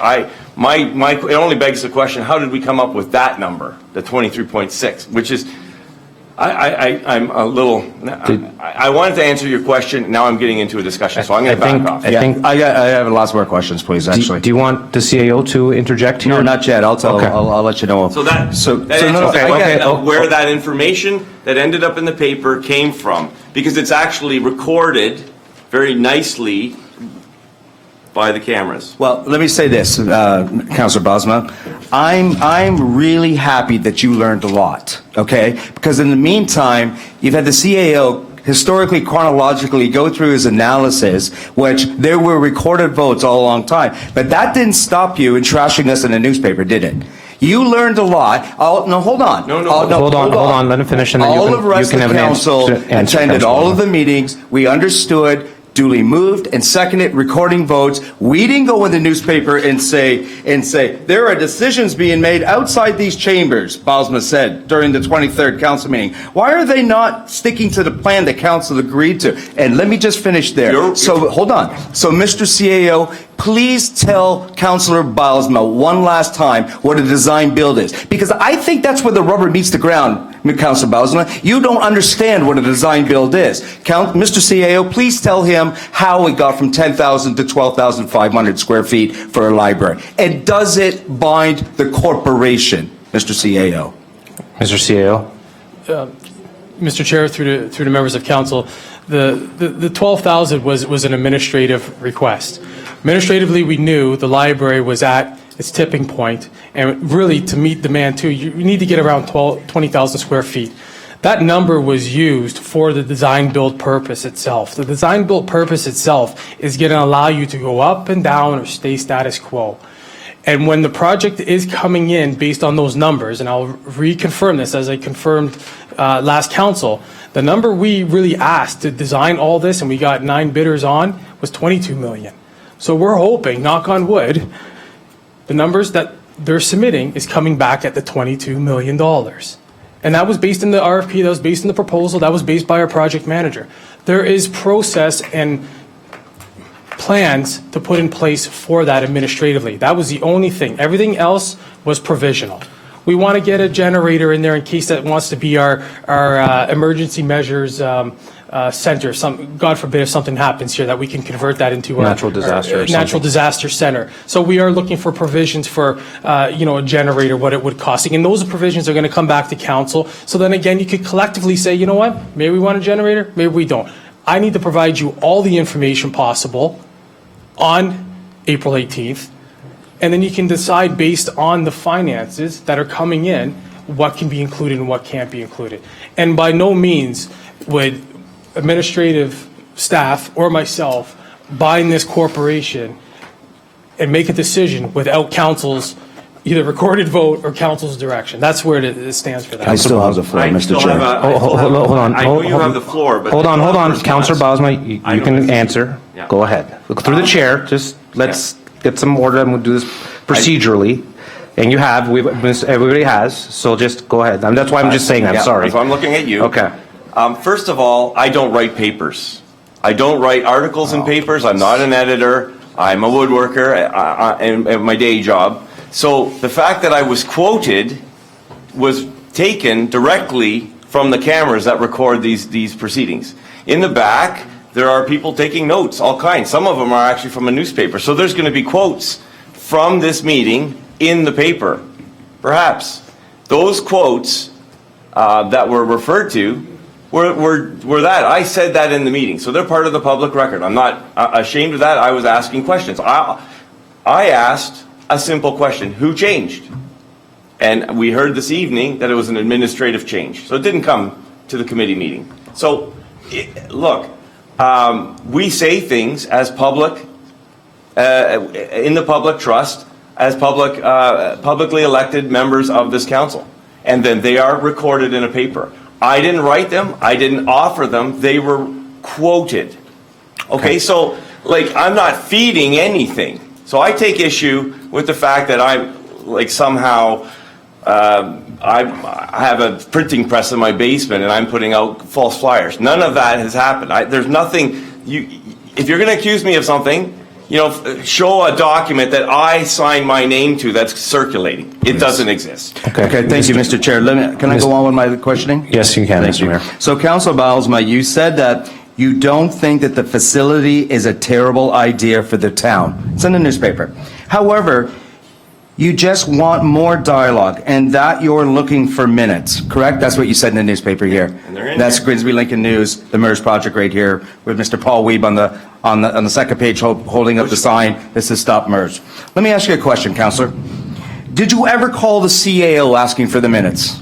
Second question, did you ever call the chair of the advisory committee asking for the minutes? Yep. Third question, did you ever call the mayor looking for the minutes? You know, you somehow have to take some responsibility for this. Somehow this all gets into the newspaper, but yet you sit back and say, I don't know how it got there. Like, really? Like, we're supposed to believe that? I know exactly how it got there. Hey, okay, we're not, Councillor Bosman, you'll have a chance, that's fine, you'll have a chance to answer. Let him finish and then you can go on. We have to keep order as a council. It's done throughout Canada.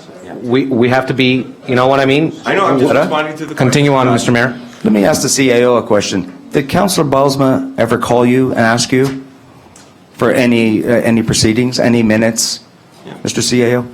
I've never received confirmation from Councillor Billsma that he required minutes or asked me personally for minutes. Not minutes. directly to minutes or agendas. And as soon as the request came in, immediately, boom, it was out there, and they were available anytime. But Carolyn she sent out the email. Thank you. Last week, yes. And I know, Councillor Bosma, you didn't call me either. And I know that you didn't call the chair or the vice chair of the Recreation Legion Committee. You want the answer? Yeah. Yeah, that's Okay, why we're here. okay, everybody through the chair first. So, Mr. Chair, the reason that the minutes are included this evening in this agenda, which we haven't approved yet, but they're included in there, the reason they're there is because I asked for them. Okay, so that's point number one. I think that's the answer is here. If I had not raised the issue, they wouldn't be here. Just going to say that. Because they include minutes for 1, 2, 3, 4, 5, 6, 7 meetings. And now we're doing that tonight, and that's specifically because I asked for them to be presented. So, yes, I asked, and they're here. Now the other, I'm being challenged by the mayor. You are. Yeah. You are. I am a legitimately elected member of this council. And I am representing a group of people that raise concerns and questions to me in my inbox all the time. I feel that I represent the majority of the people in my ward, but I am getting a lot of traction from people not in my ward, at West Lincoln as a whole. So we have two responsibilities as councillors. We represent a ward, but we also represent a whole. On the whole, I feel that I represent the majority of the people in this community. Now, if the mayor would like to take issue with my position, which is basically, I'm opposed to the project. Yes, you are. Simple enough. Yes, you are. I'm asking questions that I would like answers for, because that position will not change until I get answers that I'm comfortable with. And so, it is democracy at its finest. I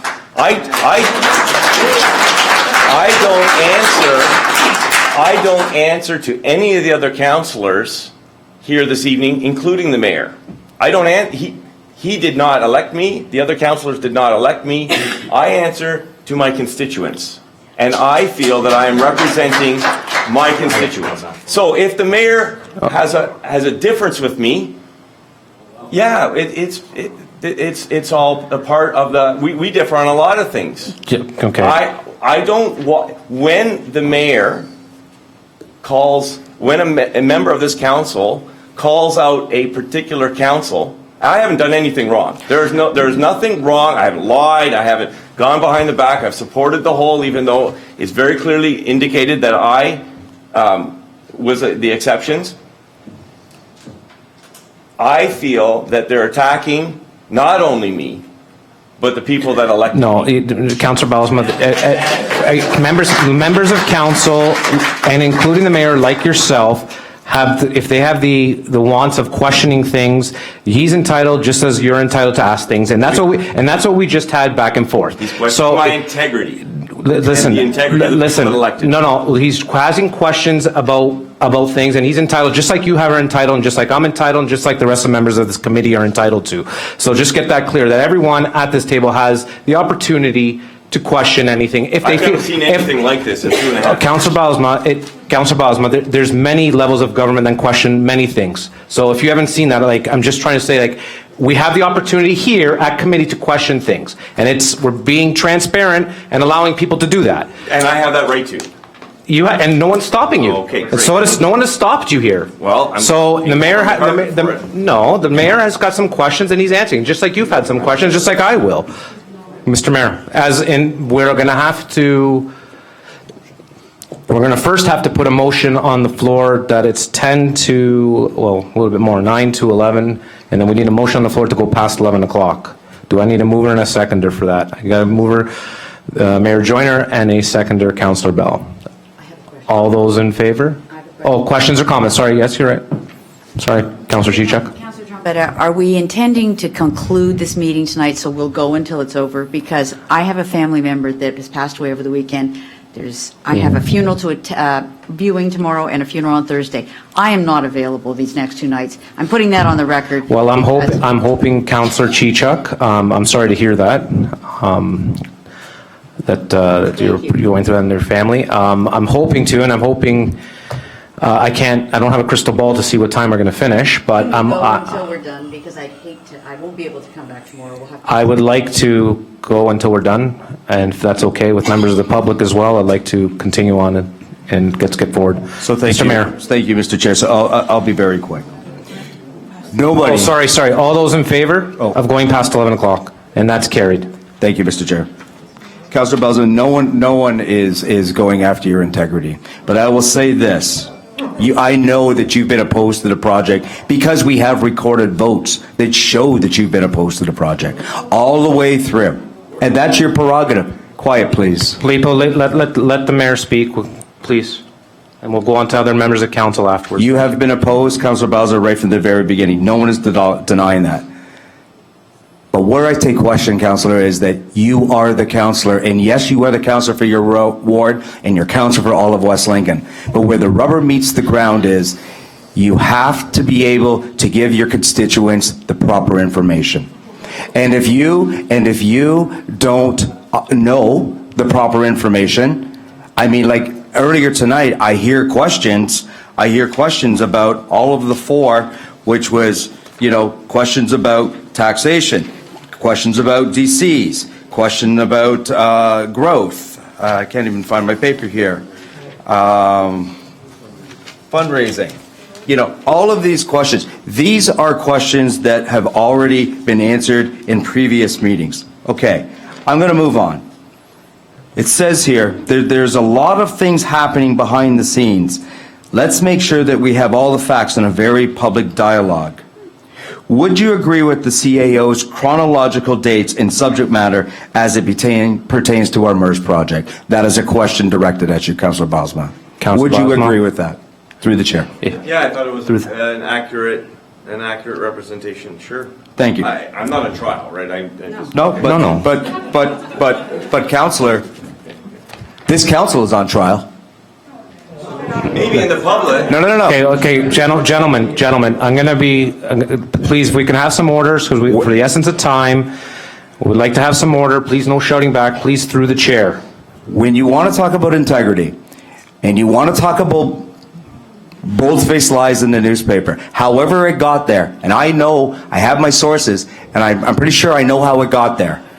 When that happens, Councillor, that's when I take offense to it.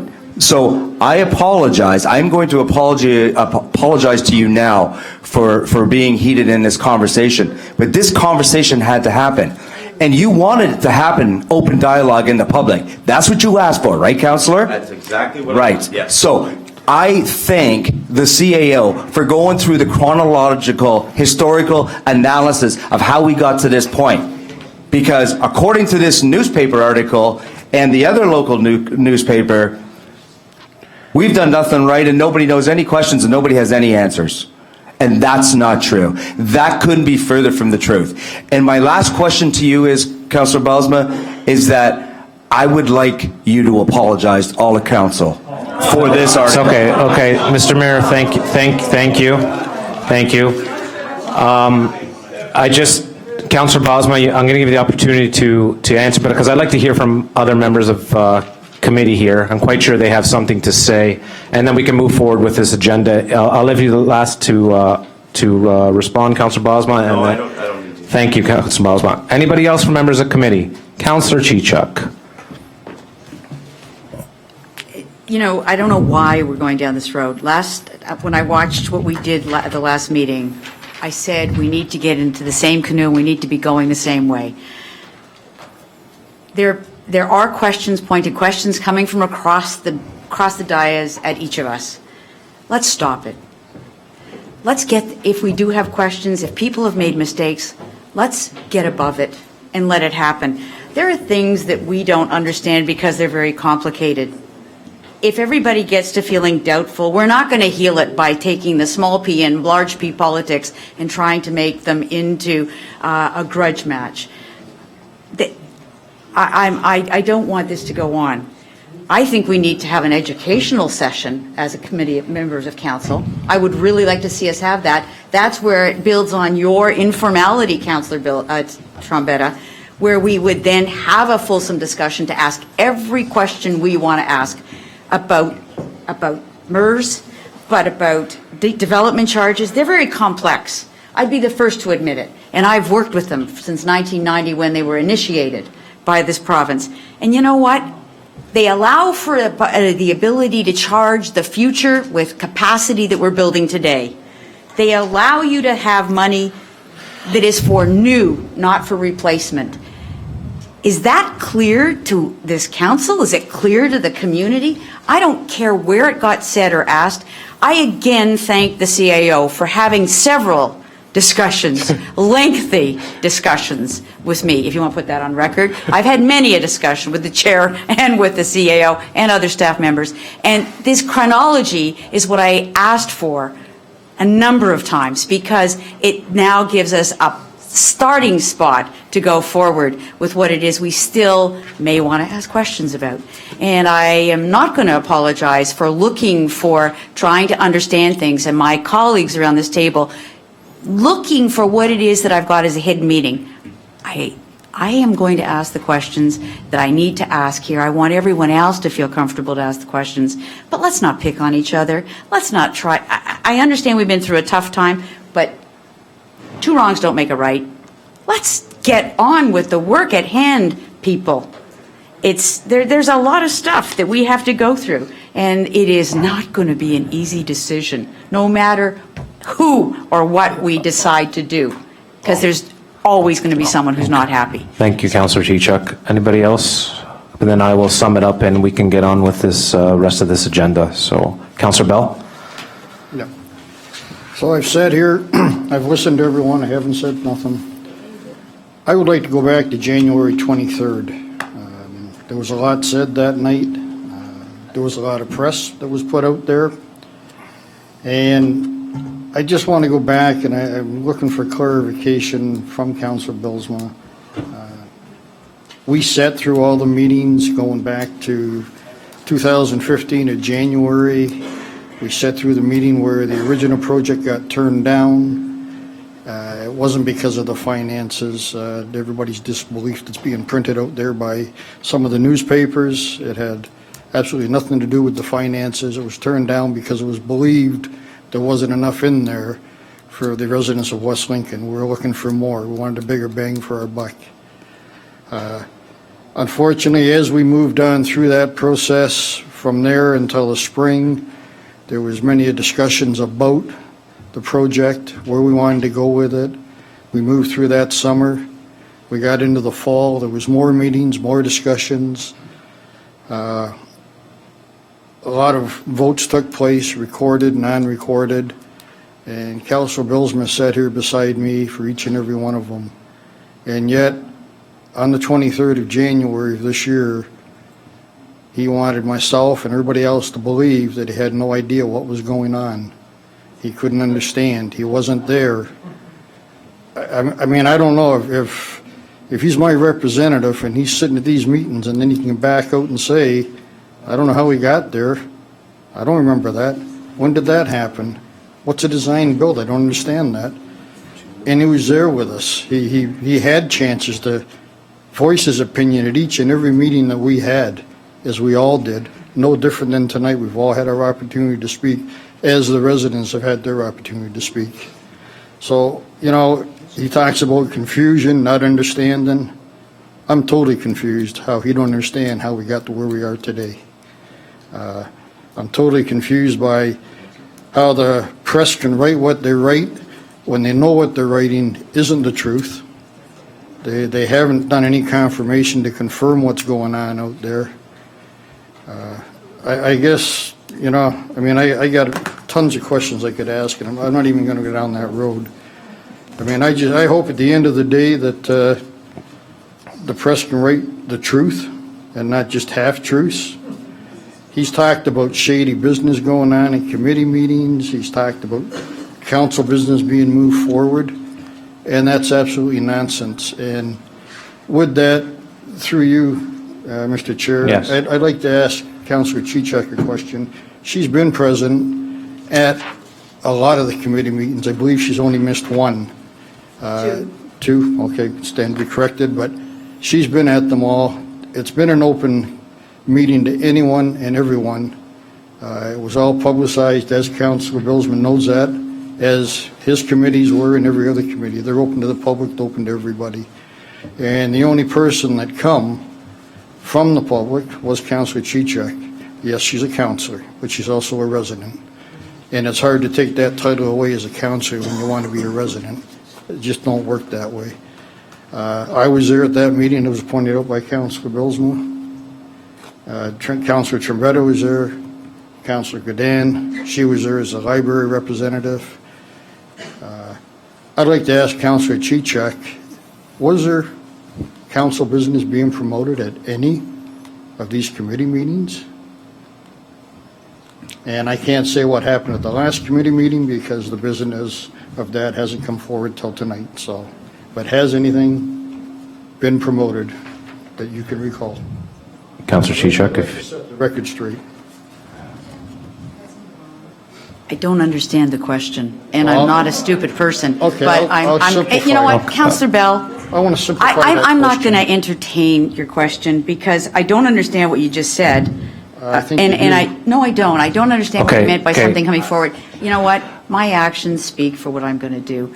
I'll tell you, I'm not going to answer your question, but what I am going to say is I feel that tonight we got a great chronology of what was going on. We heard that $11 million at least is going to come out of development charges. Hopefully, the developers will not appeal anything we want to do. I think it's time for us to have more of what's happening on MERS. People trying to take time off work to go to another committee meeting. I've heard that. But that committee has been worked very hard.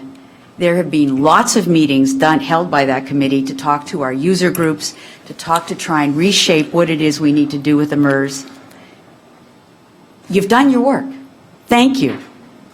Thank you. So I'm going to say to you that we can probably get rid of some of the ghosts that are out there by bringing the decisions for MERS or any future things that have to be discussed here and having the debate just like we seem to be having tonight, although I would hope it would not be as anxious. And for that reason, I think this is the place where business should be conducted, and this is where we do conduct business.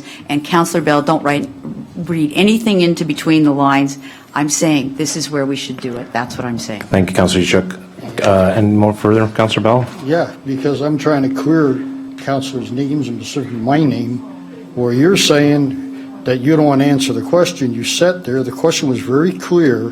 Did this committee promote council business during the committee meetings? It don't get much clearer than that. I'm going to say that the clerk has ruled on this. She has sent an email to all of us. She said that no business of council was committed. She's the person who does that. The clerk is the one you should be asking the question to, and I don't know what this interrogation is for. Okay, That's but- the reason I don't, no, Yeah. Councillor Trombetta, this is silly.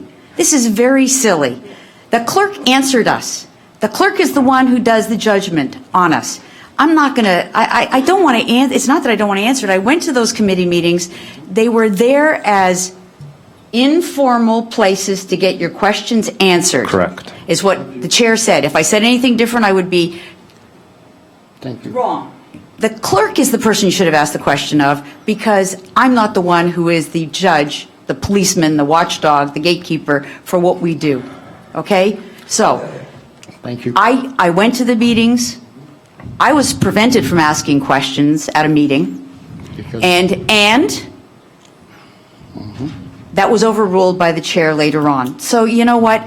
It was only questions when I was there, and I was limited to my exposure to the ability to ask questions. I missed 2 meetings. I don't know why I'm even talking here, except that I'm offended because the clerk is the person who tells you whether or not we conducted business in a meeting. But if you want my opinion, I thought it was an open session for questions. So I would like Thank you, to, Councillor Chichak. Can I ask one more question of the clerk? in the essence of time, Councillor Bell, I just want to maybe see if anybody else, if it's going to be really short, then. One question. Go ahead. I'd like to ask the clerk. Did the committee have a quorum in the day in question? By your... Madam Clerk? Through you to members of the committee, based on the terms of reference for the committee, the board members, or the members that sit on that committee, were not enough sufficient members to constitute a quorum. There were other members of council present. I was not at that meeting. My understanding is that they were there to observe, and therefore there was no quorum. And there was no advancement of the business of the municipality. That is my understanding from what I heard. Thank you, Madam Chair, Madam Clerk. Sir. Anybody else? Seeing none. I'll move the recommendation, Mr. Chair. Sorry? I'll move the recommendation. I'm looking, we have the recommendation from the CAO. I got a mover from the mayor. I'm looking for a seconder for the recommendation. I have a seconder. All those in favor? I have a question. Questions? Sorry, questions, comments, again. You know, I have to say that I appreciate what the CAO is trying to do, but it is somewhat offensive to say that we endorse and reconfirm what's there. If we passed a motion, it's there. It's a recorded vote. I take full understanding of why the CAO wants clarity on the second part, which is that we confirm that previous actions are not there anymore. They're all gone. But what are we trying? Who are we trying to? What are we trying to deal with here, or punish, or No, reconfirm? I don't think anyone's getting punished. We all have it. When council makes a decision, and we have a recorded vote, do we really need to reconfirm that that's what we did? Well, it's, you know what, Councillor Chichak, it's recommendations on the floor. We have a mover and a seconder, and we're entitled to have our vote on this. And you asked the question, that's fine. And so the mayor's got a mover and a seconder, and I'd like to move forward with this recommendation. All those in favor? Oh, questions? Would you like a recorded vote? Yes, please. Councillor Bell? He asked for it himself. Yeah, he asked for it. Did he ask for it? No, okay. Councillor Bell asked for the recorded vote. No, it's Councillor Bell. First. So I will start to let the clerk start from my right.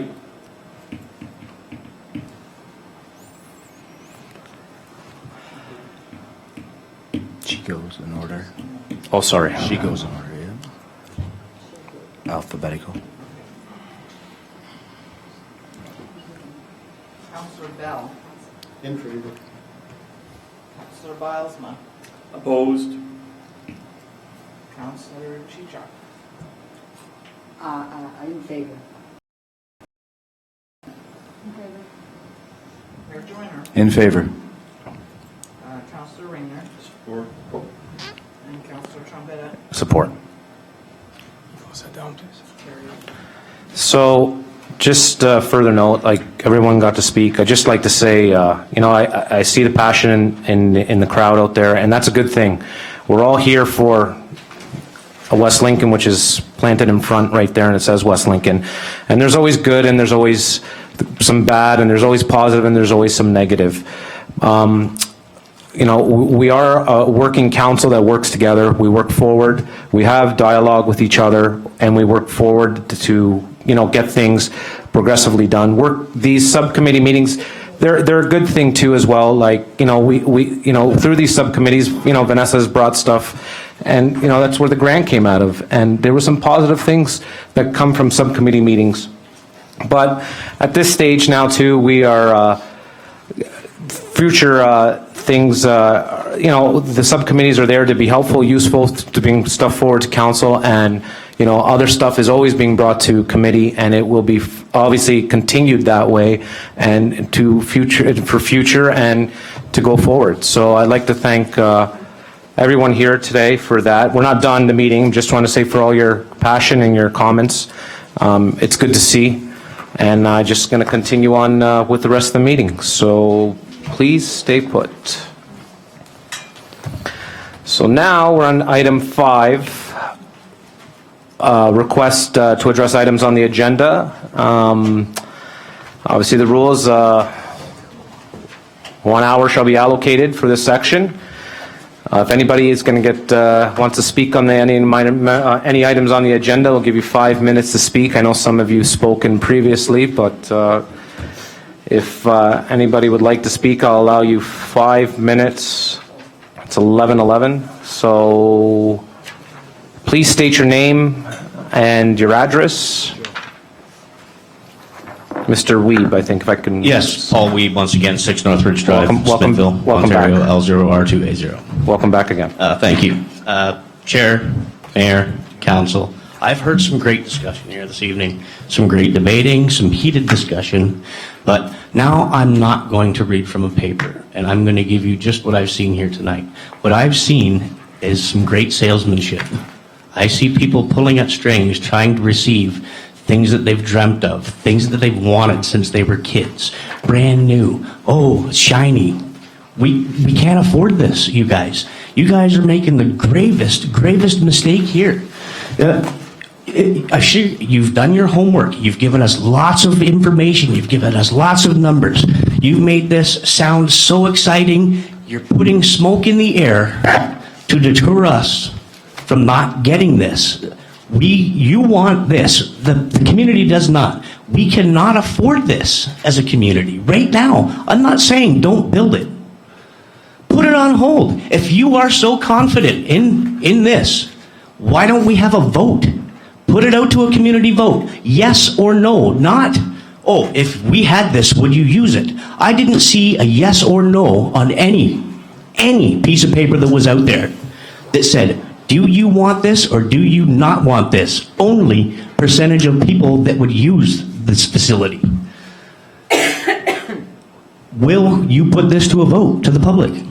Will you hold a referendum? Why? So then you're not confident enough in yourself and in your findings to put out a referendum. Yes? Sorry. Sorry. No. I know this is not usually how we do things, Mr. Chair, but can the clerk please respond to the basis of a referendum?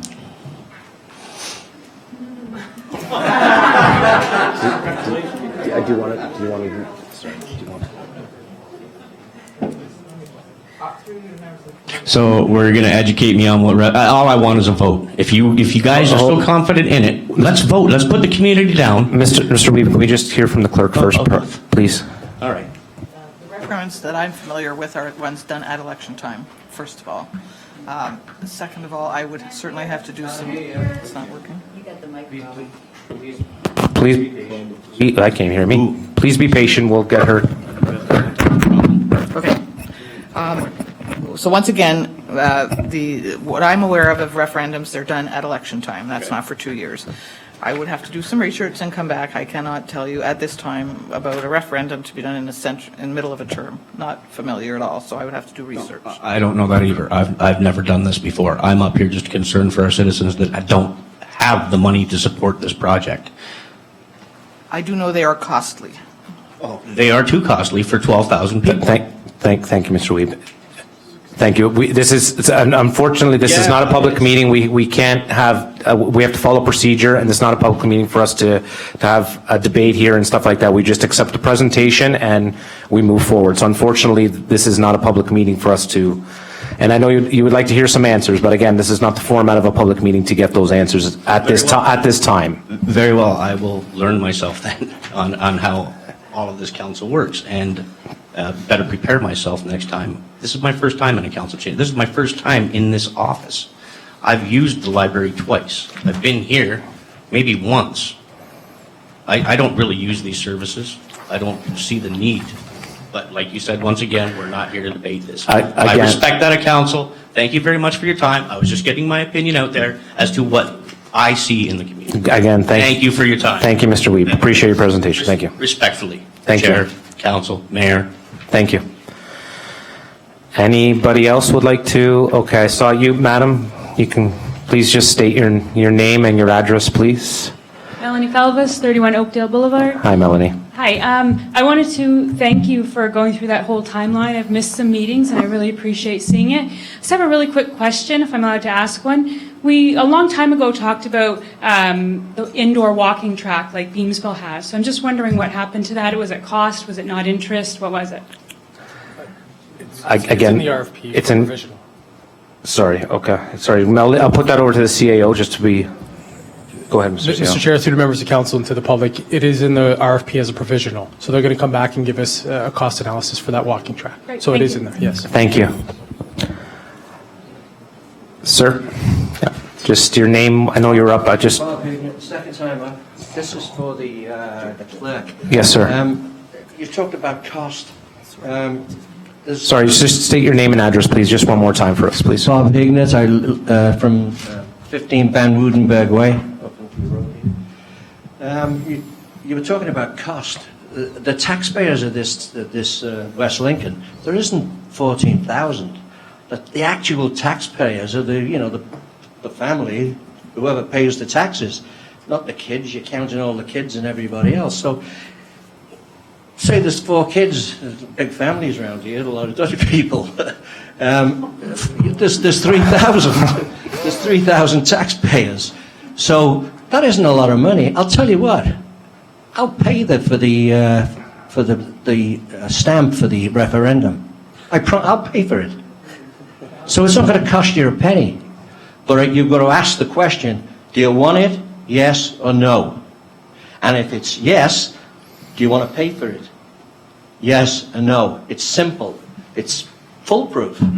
If you know what you're doing, you think you know what you're doing, you'll get a big yes. But I doubt it. Thank you, sir. Thank you.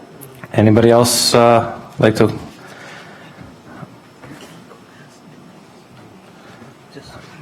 Oh, okay, we can? No. So Well, I was just wondering, please state your name and your address, please. Nellie for the- DeHaan, 16 Road, Smithville. I'm wondering if these DC charges are going to equal 45% of the 23.6 million, and you expect to get 11 million from the wind company, why don't we build the 14 million, no taxes? Yes. Thank you for your presentation. Next, please state your name and your address, please. Stefan Skirtovas on Rural Route St. Anne's, Rural Route 2. Councillor Bilsma, through you, the chair, Councillor Bilsma. I commend you on taking the stance that you're supposed to take on representing your constituents and representing what the residents want. It's not what council wants. It's not a dictatorship here. You're public servants. You should be serving the public. Thank you. Thank you for your presentation. If I see no other members of the public willing to speak, we have to be done before 12 o'clock, so I'm going to continue on with this agenda. Thank you. Consent agenda items. All listed items below will be considered to be routine, non-controversial, and will be approved by one resolution. There will be no separate discussion on these items unless council member requested, in which case The item will be removed from consent resolution and considered immediately following adoption, remaining consent agenda items. Item PW 07-17, West Lincoln Public Library Board Minutes, November 8, 2016, and December 13, 2016. Recreation Leisure Development Advisory Committee meeting minutes dated October 23rd, 16, July 11, 16, August 8, 16, August 29, 16, September 14th, 2016. October 3rd, 2016, November 17th, 2016. Information report RFI PW04 2017, Township of West Lincoln 2016 Water Quality Annual Summation Report. Report RFI PW05 2017, Township of West Lincoln Water Quality Report. Information PW06 2017, 2016 MOE Annual Water Inspection Report.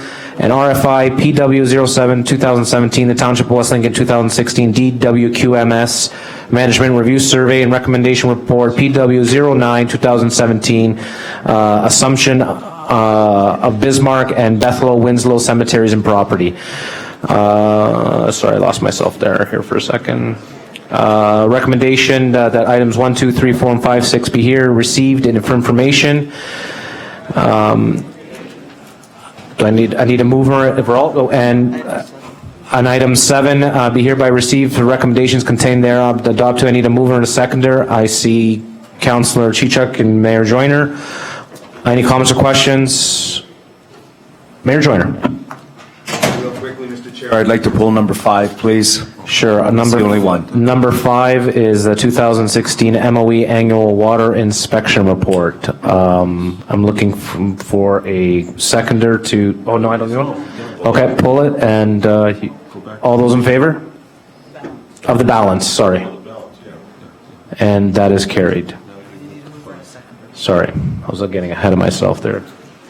I need a mover and a seconder for pull item number 5. We have a seconder. A mover is Mayor Joyner, seconder is Councillor Chichuk. Thank you for confusing me, Councillor Rayner. Any questions or comments? Yes, I do. Yes, sure, Mr. Mayor. So thank you, Mr. Chair. The reason why I pulled number 5 very quickly is because number 5 is very much a good news story. Mr. Julien, can you please tell us about number 5 and the good news story? Mr. Chair, to the members of the committee, I'd be happy to, Mayor Joyner. We're quite proud of that. Actually, all 4 of the water reports are excellent news for us, but it all culminates from the annual inspection by the MOE. We got 100% this year, and really they made 3 minor recommendations, and 2 of the 3 were already covered anyways, and 1 doesn't apply. So we're great news, and you know your council is aware that we hired a new manager of Rosewater and Wastewater mid-2015, and I got to give Mr. Steve McKean a lot of the credit for being able to jump in there and pull the water department up to where it should be. So excellent news. Thank you. Thank you, Mr. Mayor. Seeing no, oh, pardon? I'm aware, just want to see if there's any more comments or questions. No? Thank you, so, sorry? All those in favor of it, and that's carried. Okay, communications, there are none. Staff reports, amendment to budget, Director of Public Works, Mr. Julian, report RFD PW 10-2017 West Street Water Main Upsize Amendment to Budget. Recommendation of the report PW 10-2017 West Street Water Main Upsize Amendment to the Budget dated February 21st, 2017 be received, and that council approve the budget amendment in the amount of $29,700 for the water main upsizing at the intersection of Regional 20 and South Grimsby Road 5 to be from the water reserve. I'm looking for a mover and a seconder. Councillor Bell, Councillor Ganan, all those in favor? Questions or comments, sorry. All those in favor. Any questions or comments? Councillor? No? Sorry. All those in favor? And that's carried. Sorry. Next item, PW 0917, Coordinator of Recreational Services, Wendy Beatty, recommendation report. PW 08216, Canada Day event update. The report that PW 08217, Canada 150 event update dated February 21st, 2017 be received, and that staff be hereby and authorized to proceed with the implementation of the events outlined in the report PW 08217, and that an amendment to budget for unfunded cost to be submitted to a future meeting to provide additional funding for any shortfalls that are not funded by grants and sponsors. I'm looking for a mover and a seconder. Mayor Joyner, Councillor Bell, questions or comments? Seeing none, all those in favor? And that's carried. Other business, we'll go on to item number B, PW 11-17.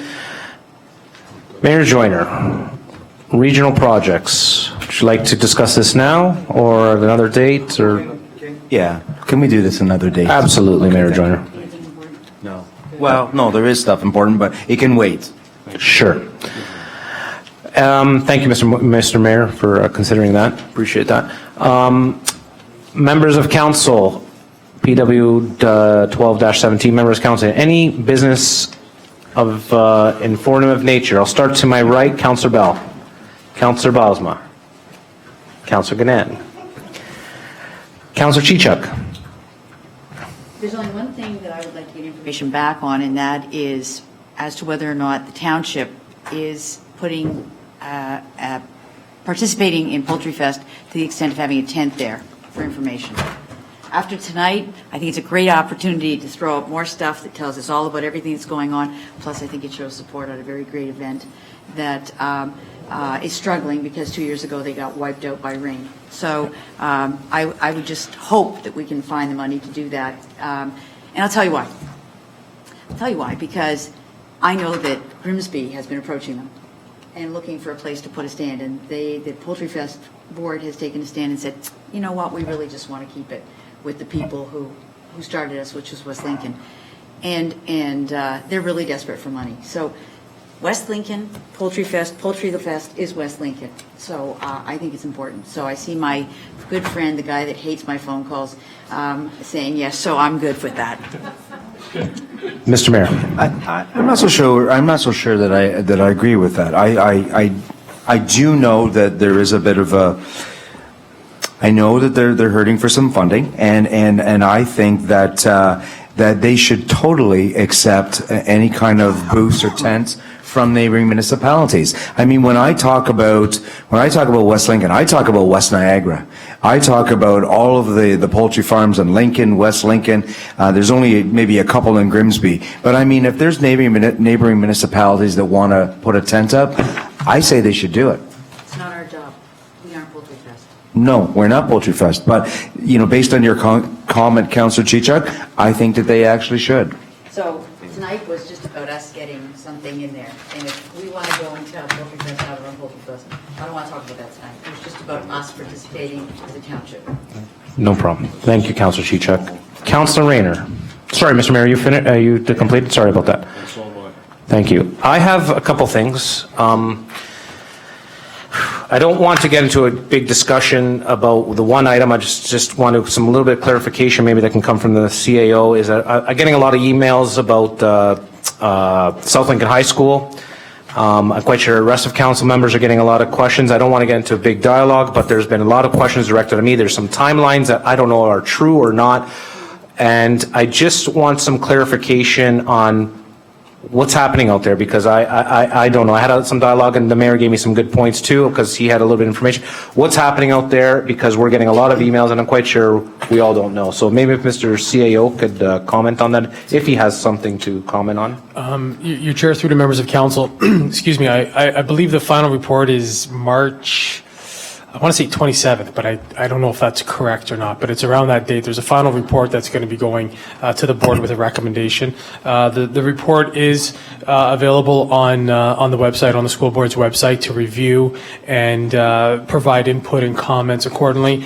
Right now, there is a little bit of a circle on there showing where the potential high school might be going. It's not finalized, it's not 100% confirmed, nor is any of the actions to date confirmed or 100%. So I know there is some public support right now looking to potentially come to council next week to be a delegation and to talk to council about getting some support. So the mayor and I haven't been able to touch base today, and I was just going to give the mayor a heads up tomorrow that there is a request coming in based on the comments from the clerk, and then there's going to be an email sent out to all of council confirming that obviously council is okay to go on the agenda and stuff. But Perfect, yeah, perfect. So next week we'll be entitled to ask our questions there, and that's when this subject obviously will come forward, and there's going to have some talk around the table about this item. Instead of getting into it tonight, I just want an area we can talk about. I'm quite sure other members of council and the mayor, including the mayor, will have some questions to ask. So it'll be next week? Is that the idea?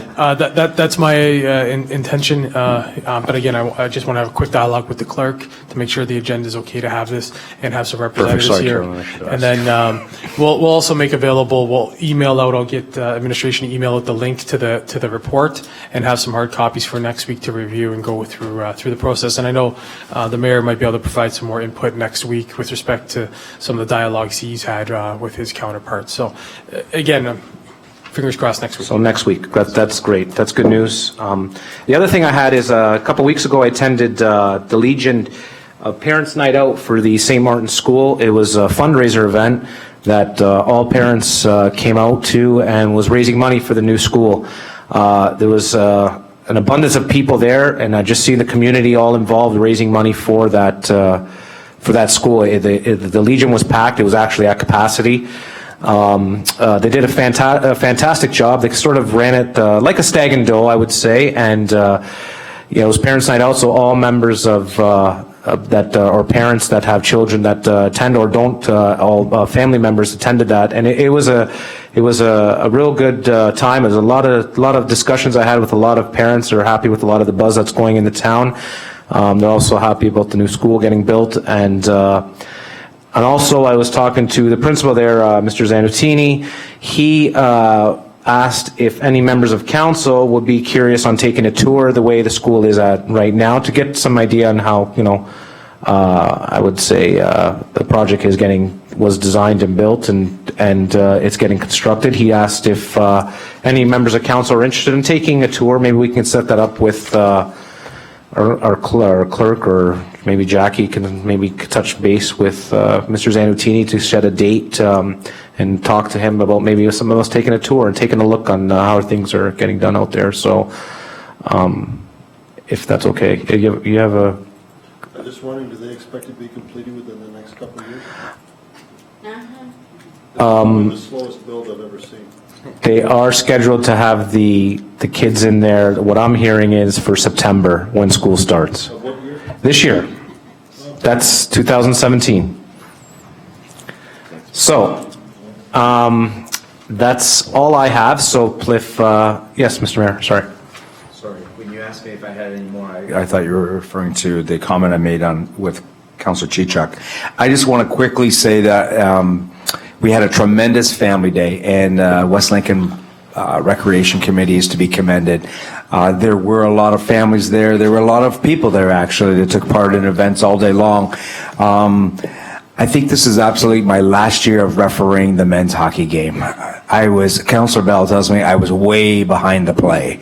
So he said I was the only referee that could call a goal from the center line, from the red line. So nice. Anyway. It was a tremendous breakfast, probably the best pancakes I've had in a long time. Nice. So anyway, Family Day was a huge success, and the wood carver, you did a good job too as well, and we had a lot of fun. Thanks, West Lincoln Recreation. Thank you, Mr. Mayor. Okay, so new business, we have nothing under new business. Confidential matters, we have that now, so I'm going to need a move. No? You don't. And adjourn. So I have to adjourn this? We can't, it's not put on this, so it's adjourned, then we got to do the other one, okay. So adjourn the meeting at 11:34.